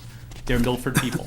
They're not up in Essex County who meet at a country club, and that's where they hold their meetings. Actually, I have a friend who is one of the trustees. You know what? That's great, but I think we're doing a fine job by ourselves. I hope we vote unfavorably for it, But to Alberto's point, it's gonna go to town meeting, and they're gonna either get the 2/3 or not, and you know what? However town meeting votes, I certainly won't criticize. But personally, for having a vote around this table, I will be voting unfavorable, and I hope everyone else is as well. I would be in favor of seeing a conservation restriction that is consistent with General Law 184, Section 31, which is in here. The part that I don't like is where it says, "On behalf of the town with the trustees of reservations." If we can strike that language and still have the same constraints, we've achieved what we want to achieve. Why do we have to enter into an agreement? You can't put an easement on your own property. You can't enter into a conservation restriction with your own with yourself. Why can't we redeed it to ourselves and put in the deed that there are certain restrictions? You can't do that. So you have to bring in a 501c3 Right. to accomplish the same thing? The only way you can do this, that we know of, and town council will support me if he's still here, is with a there's no other legal way you can do it. You can't do it through zoning, you can't do it through the Conservation Commission, you can't do it under deed. Legally, the only way you can do it is put it under a trust. In defense of the trust, you all are familiar with trust. We have attorneys here. When you write a trust, the trustees are bound to follow what's in the trust, not to take in any extraneous conditions, whether they're Milford people, a trust that's of Milford residents, or a trust that's made of residents throughout the Commonwealth. They would lose their charter if they violate the terms of the trust. So the trustees are trusted to uphold what the language is in the trust. Well, why is this any different? And that's what protects the land. Why is this any different Because from? they can't take in any extraneous. Wait, hold on, I have a point, let me finish my point. Created them in 1891. From a legal perspective, I just fail to see why, in the private sector, I can take a piece of property that I own, and I can redeed it to myself. I don't need to bring in a trust, and I can incorporate restrictions on that subsequent deed. I don't see why we can't do the same things here. You impose restrictions, but you don't have to bring in a 501c3 to complicate it. Well, David, I can't argue the legal points, but this is the advice we got from town All right, council. I don't know You why, cannot- I wish you were here, because I'd like the answer to that question. I just have a simple question. Do we have any land already in something like this? Yes, we do. Yes. Not that's owned by the town. Yes. What? The Walden Woods open space. But that was not, we don't own that land. Yes, we do. Yeah, we do. Oh, they gave us the land, right? own it. And that was We the own it. restriction by putting it under that. Yeah, but that was You just own A it. after B. I mean, the same thing. We own the land, and it's under the trustees. 186 acres. So what have they done to that land since Nothing. we've owned it? Maintain What have it. we wanted to do to that land since we've owned it? We have to look at the terms of the trust and see what's in there, And- and if but- what we want to do, we can do. I thought that was part of the agreement, that it had to go to this trust when we bought the No. prop, we got the I thought property it was deeded to too. us. No, Doesn't matter. they had. No, the Conservation Doesn't Commission matter. argued for that Doesn't point, matter. and that's how it happened. Sir, last thing. This is an emotional thing. Milford, this is the future of Milford. If I gotta believe anybody is gonna love Milford the way we love Milford, I believe it's other Milfordians, Reno. Everything you're saying, got nothing to do. I believe. I don't believe 2/3 of the town meeting in the future will decide to do something bad for the town of Milford. I just don't. I can see maybe there may be a change some 40, 50 years from now. I can't anticipate it. But I believe if I had to sit across the table, it'll be your grandkids, my grandkids sitting across the table. I sure want somebody from Milford to be on the other side of that table, not somebody from wherever. And I give money to this trustees. Look on there, my name's there. I believe in what they do. But I still believe more in people from Milford than I do. Because I got to tell you, if they ask me about Walpole, I don't know that I have the same feelings. And I don't pick on Walpole, it's just, it is not Milford. It's got nothing to do with feelings, it's got to do with legality. Yes, sir. Can I answer? Okay. You can. One of the problems I have is that I didn't see, I don't know about anybody else on the committee, but we haven't seen these documents until we came here tonight. No, I emailed it to you 2 weeks ago. Yeah, they were Did you? emailed. Well, I didn't get it. Well, and I think this is, it's quite voluminous, and we need enough time to digest it, whether it's 2 weeks or more than that. Now, we know what you have in your heart, that you're for this stuff. You've been that way for the past 30, maybe All 40. my life. All your life. Yeah. But anyway, I tend to think that sometimes we take on these things that are so serious in a very short amount of time. And sometimes they really need, is time of the essence on this? No. Okay. So do you think? But we're not arguing the terms of the conservation restriction. All we're doing is asking town meeting for us to proceed to develop the conservation restriction. This is just an idea of what it might end up being. you're asking But the we selectmen presume the selectmen are gonna hold the proper meetings and open it to the public, so we get all of the information to properly develop the CR, including your inputs. All we need right now, all we're asking for right now is the authority to proceed to develop the conservation restriction. And I trust the selectmen that they won't enter into an agreement with all the different opinions without consulting and perhaps even going back to town meeting. And what was the selectmen's vote on this? They 2-1. 2 in favor, 1 opposed. Dean? You know, I think we appreciate all the comments that are being made around the table. I think we're trying to do the right thing here. The board is split on this. And that's okay. I mean, we talked about it the other night, the selectmen's meeting. I'm just looking at, when this was done, as you know, we had to go to town meeting twice. And I'm looking at something, April 22nd, 2002, a letter that I wrote on behalf of the article, and then we spoke about it at town meeting. We formed a subcommittee. If you look at this land, right, it's Louisa Lake, it's the bike trail, Huckleberry Brook, Charles River goes through it. It's probably one of them, if not the most, one of the most sensitive pieces of land in the area. When we've talked to people in the past, we didn't have much open space, so we said, okay, we're gonna have more open space, let's try to do something. A lot of times people talk and don't do anything. So we brought it to town meeting, and for all those reasons and other reasons, and I did meet with a developer at that time, and he wanted to put houses or condos and all that. And I told him, I said, listen, I said, that's not town land. I said, we're gonna try to buy it. I said, we're not in favor of that. But they wanted to put a road through it, they wanted to put houses, and I guess it would have been pretty beautiful aesthetically around that pond. We brought it to town meeting, and it was unanimous. And I remember my words and other words of other people said, hey, we want to protect this, so that Milford doesn't lose it. At that time, I don't think I used in perpetuity, so I said, okay, we're gonna protect it so that no one is able to touch this land again. On the Walden Woods thing, we have it. I think, Mark, you asked a question about the Cerrone property. We're not talking about that, we're just talking about this piece of property. There probably would be no other piece of land that we wanna do this, like we do in this particular case. The thing about town meeting, hey, listen, I love the town of Milford. Town meeting is a great forum, I hope it never changes. Whenever we've gone to town meeting, 99% of the time, we always make the right decision. The Conservation Commission, they're the ones that are saying, hey, you know, I think it should be under the trust, not the conservation, just to protect people. I guess I look at it, if you're, you know, if you have a child and a child is sick, wouldn't you wanna go to three doctors taking care of that child and just one? So, you know, the emotion of, you know, letting somebody else take care of it and all that, I think it only goes so far.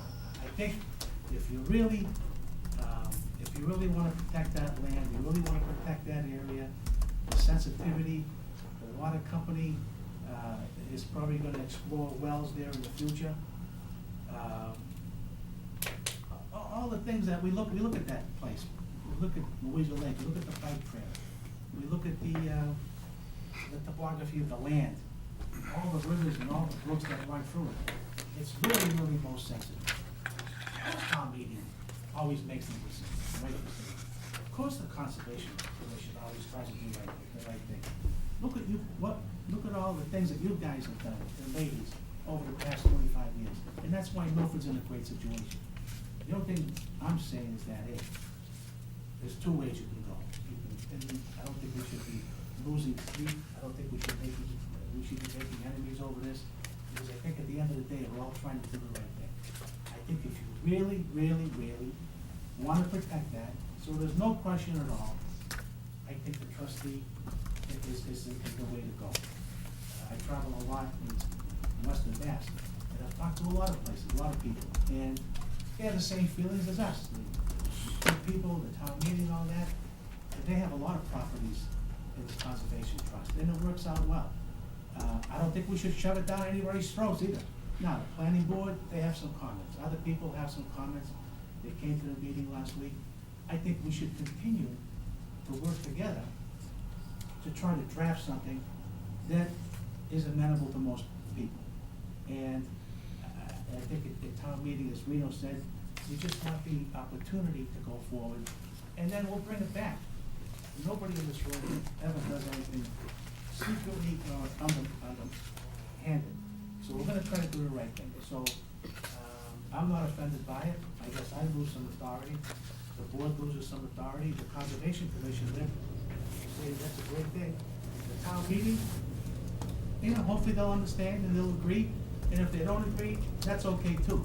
But I just think we want the opportunity to go forward and try to put the ideas and comments that people have into a document where we can go back and then we can present it again. Because I think, like I said, I talked to my father a lot, all right? Never went to school, went to 5 years in Italy.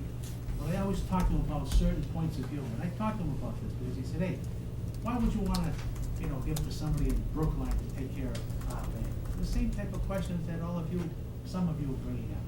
And when I explained it, after a while they said, hey, you know what, who knows what the future holds? Who knows what's gonna happen down the road in 20, 30 years? That's my point. People in Milford, they're always talking about, someone mentioned the casino. At that time, it was always land, there was water, and all the other situations. You know, and, okay, fine, and people voted. So in this particular case, those same things that we're trying to protect. And like I said, the board is split, and that's fine. And that's okay. I respect everyone's opinion. I just think that we'd like the opportunity to protect this forever in perpetuity.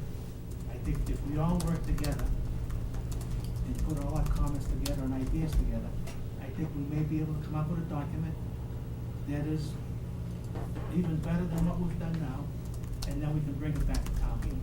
So, you know, those are my comments, and, but the most important thing, I'm trying to protect something here. You know, I think in the past, we would have said, oh, they'll never develop on that land, they'll never, you know, do this in that particular situation. Then we come to find out that, hey, we never thought that Fortune Boulevard could be developed because of the cost, because of the granite, because of the rocks and all that, and look what we have. So, you know, this is important. Hey, a long time ago, I pushed hard for Louisa Lake, all right? And there were a lot of people that said, you know, why should we do this? And then look what we have now. I was the one that got people together saying, hey, you know, the Contigny property is very, very sensitive. Let's, you know, go to town meeting, let's acquire that land so we can protect it. And, you know, I don't have any children, but I have cousins, I have friends and all that, and I want the future generations of Milford to be able to use that for a long time. And it's not to say that we don't trust town meeting and everything else. I just think that if we do it this way, there'll never be an opportunity that land is going to be divided or broken up or whatever the case may be. So I'm just saying, hey, let's work together. We don't want to shove it down people's throats. Let's try to come up with a document. But I think if we can start off with town meeting saying, hey, we'd like to be able to continue working and we'll bring it back to you in October or whatever the case may be. Because there's no urgency here. But hopefully, you know, we'll never know what's going to happen tomorrow. So let's try to do what's right. We've always done it. And that's, I think, the feeling of a lot of people. Thanks, Steve. Any other discussion? One more comment. The town's comprehensive plan, Larry, what year was that? 1990? 2003. 2003. Talks about this property, and it was signed off by the planning board. It was a town document. It's our guiding document going into the future. Talks about this land, and the words permanent for this land are mentioned twice in that document. All we're discussing now is if we believe it should be permanently protected, how do you do that? If if there is another scheme to do that, I'd be more than willing, but to consider that and support it. But so far, we have not determined there is another mechanism to satisfy that criteria, permanent. And that's what we're talking about. Not until some other idea comes along for the property. It's how do we implement the direction of our comprehensive plan, permanent? Brian? Yeah, thanks. I just want to make a couple of points. There's a lot been said. We do have a track record with the trustees of the reservation. We voted a conservation restriction in 2006 and signed the document in 2007 for about 190 acres up off the Walden Woods. That was part of the development. They conveyed the property to the town of Milford Conservation Department, Conservation Commission, and then it went into the conservation restriction to the trustees of the reservation. That served as the model for the draft that's before you. So, that is environmentally sensitive land. That's why it was restricted. Nothing bad has happened since 2007 on that. In fact, the trustees have worked with the Concom to revitalize the trail area and work the trails into the existing bike trail and try to integrate all of that conservation land. What we're trying to do is to preserve open space for future generations. And I know we're all making assumptions, we're all saying, we know people in Milford are gonna do the right thing, and that's true, but that's not black and white. So it's a shade of gray. I might think it's the best thing in the world to build an artificial turf field down there. Al might think, no way, don't do anything there, that's the watershed area. So we both feel that we're doing the best thing for the town of Milford, but there's no real right or wrong answer. The conservation restriction sets up a set of guidelines to ensure that this environmentally sensitive land will remain open space. At the time we did this acquisition of the consigli property, town had about 3.4% open space. That's all we had. I don't know if it's increased a whole lot. No. This is natural open space. We all know it's very, very environmentally sensitive. It's in the aquifer, it's in the watershed area. Whenever there's been talk about it, that always comes up. This is the best way to protect that open space. The question really is, do we want to make sure that that's going to be open space for future generations? Future town meetings, there could be a time when there is no town meeting. Milford could go to a city government. You might have a council of a handful of members. They may or may not do what the right thing is. What is the right thing? Again, what I think is right, you might not think is right. I think the real issue is this is environmentally sensitive land. There's not much open space in the town of Milford. It's only going to get less and less. This is the time to step up and say, yes, we want to protect it. We want to make sure this spot doesn't get touched. This remains nature. And what Dean is saying is absolutely correct. And, we've worked together. It's not like, the Board of Selectmen is going to go sign something that, no one has any input in. We're going to try to solicit as much input as we can. We have up until this point, and come forth with a conservation restriction that's going to preserve this land for open space. It's an environmental act. That's what we're trying to do. That's all it is. But, I don't, there's talk about the trustees of the reservation. They're not the boogeymen. They're not ExxonMobil. Their commitment is to preserve natural open space. And this is the most prized land we have. It's the Yosemite of Milford. So that's what we're trying to do.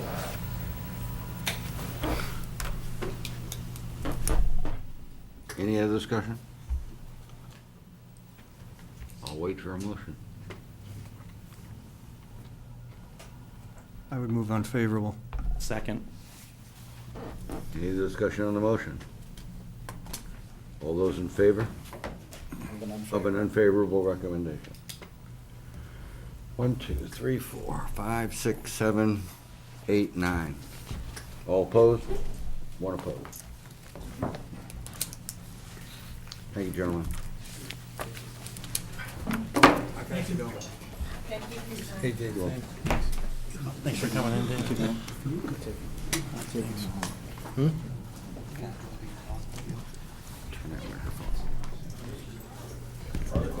Article 32. Mr. Chairman?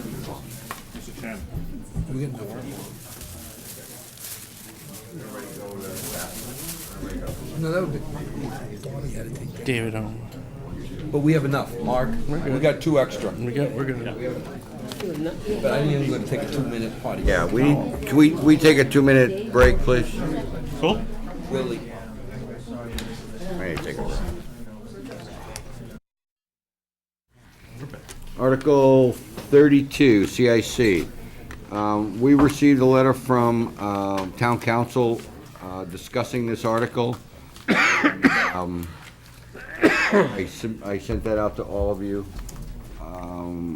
What I would like to do at this point in time, not to cut you up, but take a motion based on Town Council's discussion of that article. So moved. Move. Unfavorably. Do you have a copy of the article? I don't. The letter, it was a letter to Chairman Buckley at the time. Yeah, but what do I put in for the report? I need a summary. I'll send you the article. I'll send you the letter.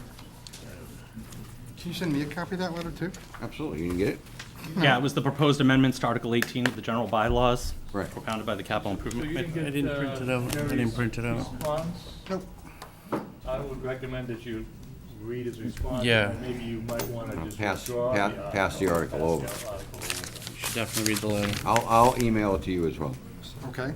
I'll forward it to you if you don't have it. I can print it out. What's the pleasure of the board? We're having a meeting on the 14th. You want to read? You want to table it? Could I suggest that we give him the courtesy of letting him read the letter from Town Okay, Council? we'll and come table the back? article. Okay. Still- Can I amend my Greg, motion to table the article? Yes. I'd hate to vote on something not. Anybody second the motion? to Second. table the article? All in favor? Aye. 14th of May. And you should have gotten copies of our report. I did get a copy of your report, thank you. And I will forward it. I sent it to everybody, right? Yeah.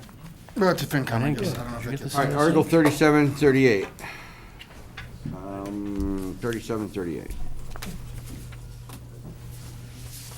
3738. Yeah. All right, the town accountant is not here, but town administrator would, That's a good idea, putting the table. hmm? Good idea, putting the table. Yeah, it's a great idea. All right, Article 37, see if town will vote to transfer funds, making funds available, line item. This is, that one's, open articles, right? No, I think 37 is 37 transfers. is above, below the line. Oh, okay. So I have a, go ahead, Red. Okay, we're talking 37 now, transfers, correct? Yep. Okay, the first one is from the selectmen. Talks about police, fire, medical coverage, injured on duty. Obviously, it's one very difficult to predict. We do need a transfer. We are asking for $25,000 based upon kind of an average of what we've been doing. We are looking to take it from hydrant service. Again, it's one that you can't anticipate, obviously. Remember, we had a surplus in hydrant services this year because we Correct. budgeted the full increase, proposed increase. This is within their own budget, right? Correct. This is within the selectmen's budget. Yeah. Yes, sir. You know, I mean, typically in the past, we've said, if you can manage these, we want to know about them. But I can't see how we wouldn't support the selectmen managing their own budget. The hydrant service is not in the selectmen's 122 budget, Not but it's in the 122. budget that's Under under the- their. under the Control. jurisdiction. Well, that's what he means. That's what I mean, That's what I thought you were saying. We ask the selectmen like any other department. We have a not that their motion? department Move favorable. Second. Second. Any other discussion? All in favor? Opposed? I did talk to town accountant about taking money out of that, and he said that was probably the best place to do it this year. But I yelled at him. Go ahead. The second one also is Department 122, General Government. It's to fund the overlap of the new senior center director, prior director, increase in the mate's negotiated contract, increase in the assistant town accountant salary, now under Article 2. The amount requested obviously is $10,000. Again, we'll be looking to take this from the hydrant services account, Department 296. Basically, after encumbered salaries, there is no money in the account, and again, the estimated expenses would be $10,000, and it's needed to satisfy a salaries budget. Any discussion? Move favor. Second. All in favor? Opposed? The next one is from the Planning Department. Is that we are looking to transfer funds to salary. The amount requested is $350. Apparently, it's just to deal with first-time longevity pay. It was, I guess, unknown at the time, and I believe it's a result of the Personnel Board longevity approval. And again, the amount is $350. Favorable. Second. All in favor? Opposed? Next one is from the Plant Department, is the Planning Board. Again, transfer of funds to salaries. The amount requested is $156. Again, transfer from existing funds. I believe this resulted as a result of just a minor budget error regarding an employee being on a grandfathered salary. And again, the amount of the request is $156. Second. All in favor? Opposed? Next one is from the Highway Department. Scott is looking for $10,000. It's to meet expenses for equipment and basically repair and maintenance. Again, a transfer from existing funds from two different accounts, supplies and street maintenance, and looks like sidewalk construction. Basically, again, one difficult to anticipate, and the amount is $10,000. I believe he only has about a little under $2,000 left in that account. Move. Second. All in favor? Well, Mr. Chairman, why is he moving funds from like sidewalk repair? You would think that he should be, all right, thanks. Well, what happened is, because on last year when the budget was voted, repair and maintenance was voted as a special line item on Article 4. Because of that, you cannot exceed the amount in that, so he needs additional money for repair and maintenance. So in order to go over that budgeted amount, he needs to have approval to add to that line item. So he's moving it within. His question was, why take it from sidewalk? Because that's a department that, a line item that has additional funding at this point, and the other line item is gonna be over I budget. understand that. My point is he should be spending the money to fix sidewalks. Exactly. But he needs to fix the equipment, so if you don't fix the equipment, you can't fix sidewalks. All right, who's the subcommittee chair? I am. I'll ask him about that. We need to talk to Scott about how we manage that budget Yeah, next year. I'll ask him. Because Mike's right. No, We want I to spend totally all agree the with money you. in the sidewalk repair budget. Yeah, no, I 100% agree. All right, Rick. Okay on that one? Yep. Okay. Next one is the Board of Health. Did we vote? We didn't vote. I don't We think didn't you vote. voted, Sorry, that's we why I did not asked. vote. All in favor? Opposed? Thank you. Next one's from the Board of Health, transferring funds from general expenses to salaries to deal with a wage account. Amount requested is $2,500. I think this is due to an overlap in personnel and longevity pay. Again, it looks like a transfer from existing funds. I think it involved an overlap in the departmental clerk, and in addition, longevity pay.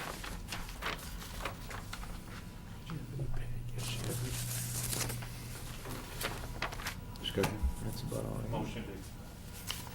Second. All in favor? Opposed? Thank you. Done, right? I think that's all of them. Article 38. Article 38 is closing out open articles, correct? Yes, sir. And I can do this very quickly. Thank you.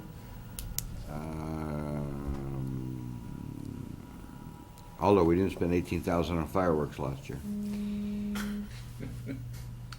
Total return to the town, 33,131 from 1, 2, 3, 4, 5, 6, 7 articles. The biggest one was 24,000 from the fuel pumps at Birch Street. Chief says 24K, and return the money to the town. What's the total? $33,131.96. Sir. The amount for the fuel pumps most likely is gonna be adjusted downward slightly, as there's one more piece that has to get paid on that, and that will probably be amended on town meeting floor, so it'll be somewhat less than the 24,000. Okay. But it's basically to close out articles, so you're authorizing the account to close out the articles to free cash. Okay. Move. Second. All in favor? Opposed? Thank you. Thanks, Rick. Thank you. All right, last three are Finance Committee articles. Let me just bring them up. Article 31. Article 31 is the article to spend $12,000 on these things. One of the computers? Tablets. Tablets. So we can all sit here and have all the data and look it up, and as opposed to not worry about printing it, and we'll be able to put it on the Finance Committee cloud. 31. And the tablets we'll buy 17 of them. They'll be kept either in Rick's office or in Paul's office and available for all the other town committees to utilize, because they'll have their own separate cloud area, so people don't have, like the selectmen, have to carry 4,700 pages of notes. Everything can be there and could be brought up, if you can figure out how to use it. Appreciate your concern, thank you. I don't know if we can do that. Well, you're gonna have to learn. I mean, and so are the other committees. Albert? We'll see what happens. I like the concept, but I'll be the naysayer I was before. We've tried this twice before. We're hiring a new director. I hear you, and all I'm saying is, if we vote this money, I'd like to see one tablet working. No. That's one less we have to buy. Yeah, I was gonna say, we're down to 12 now. Working before we implement 18, because the last time we were told he could do it within an hour. And I won't argue with you. 2 years later, we're still waiting. I won't argue with you. We would like to have the money appropriated, so we have it to spend when the IT guy shows up and we have the system ready to go. Good time to spend it, that's all. And I'm fully It happy actually- with it actually allocating works. the money. Okay. Before we buy 18. I agree, 100%. Second. Netflix. Any other? It is Netflix. Brian, good point. I want 2 tablets working, not just one. And he's smiling. All in favor? Aye. Opposed? Thank you. Guys, it's How much, Mark? 13. about 12K, Oh, 13K, I don't remember. 12,000 is the 12. amount written that. 12,000? Yeah. Chump change, as we say. All right, Article 35. 35, see if town vote to raise and move money into stabilization. We're gonna have to approve this article without knowing the total dollar value. We'll know that probably by the next meeting, if you wanna put this on the table till next meeting. I would Why prefer to do we put it wait on till the Wednesday table. night? We'll do this last. Yeah, on the 14th. Yeah. By that time, the town accountant, the treasurer, Paul, myself, and the selectmen will have sat down and come up with funding sources for all the rest of the stuff we've approved and see what's left. And, see what's left. And then we'll allocate money to stabilization. The question is, will we put it in the long-term stabilization account or the short-term stabilization account? So we moved it What- over. Move to the the table next to the next Table, meeting. just don't bring it up. 35. Yeah. You don't have to, just don't bring it up. Right. Don't bring it Article 36. Snow and ice deficit, which is, how much? The amount is just over 500,000, but instead of chasing the moving number in case we have any more storms like we did 2 weeks ago, I discussed it with Zach, and we would figure if we were to allocate 500,000, even though it might be 502 or 3, but it might be 4 or 5 or 8 by the time all the final little bills get paid, that would be something that could be done. Why don't you? All right, where will we get the extra money from? Right now, the existing balance in free cash. No. What if we allocate, if we approve 5 and goes it's to 505. 508, what do we do for the If extra it's 8K? 8 or 5 or 8,000, after that, that can be appropriated in the the fall. October town meeting when we do the. Okay, snow and ice we can move off till the fall. Yes, and we can do it on the tax recap. Why don't you sheet just, in the why don't you just appropriate 515? If he doesn't spend it, Then it then you just just falls, cut it yeah. back at town meeting. That's all. Wait, Aldo, if The other you way- appropriated wait. 515 and we didn't spend it, it would drop to the bottom anyway. No, I'm just saying, No. if you only need 502, we'll Right. spend 500, and at the fall town meeting, if we have to spend a little bit more, we can Then do we'll it at the fall spend it town meeting. then. That's the best way to do it. oh, okay. Yeah, I know. We would have had it all the bookkeeping done.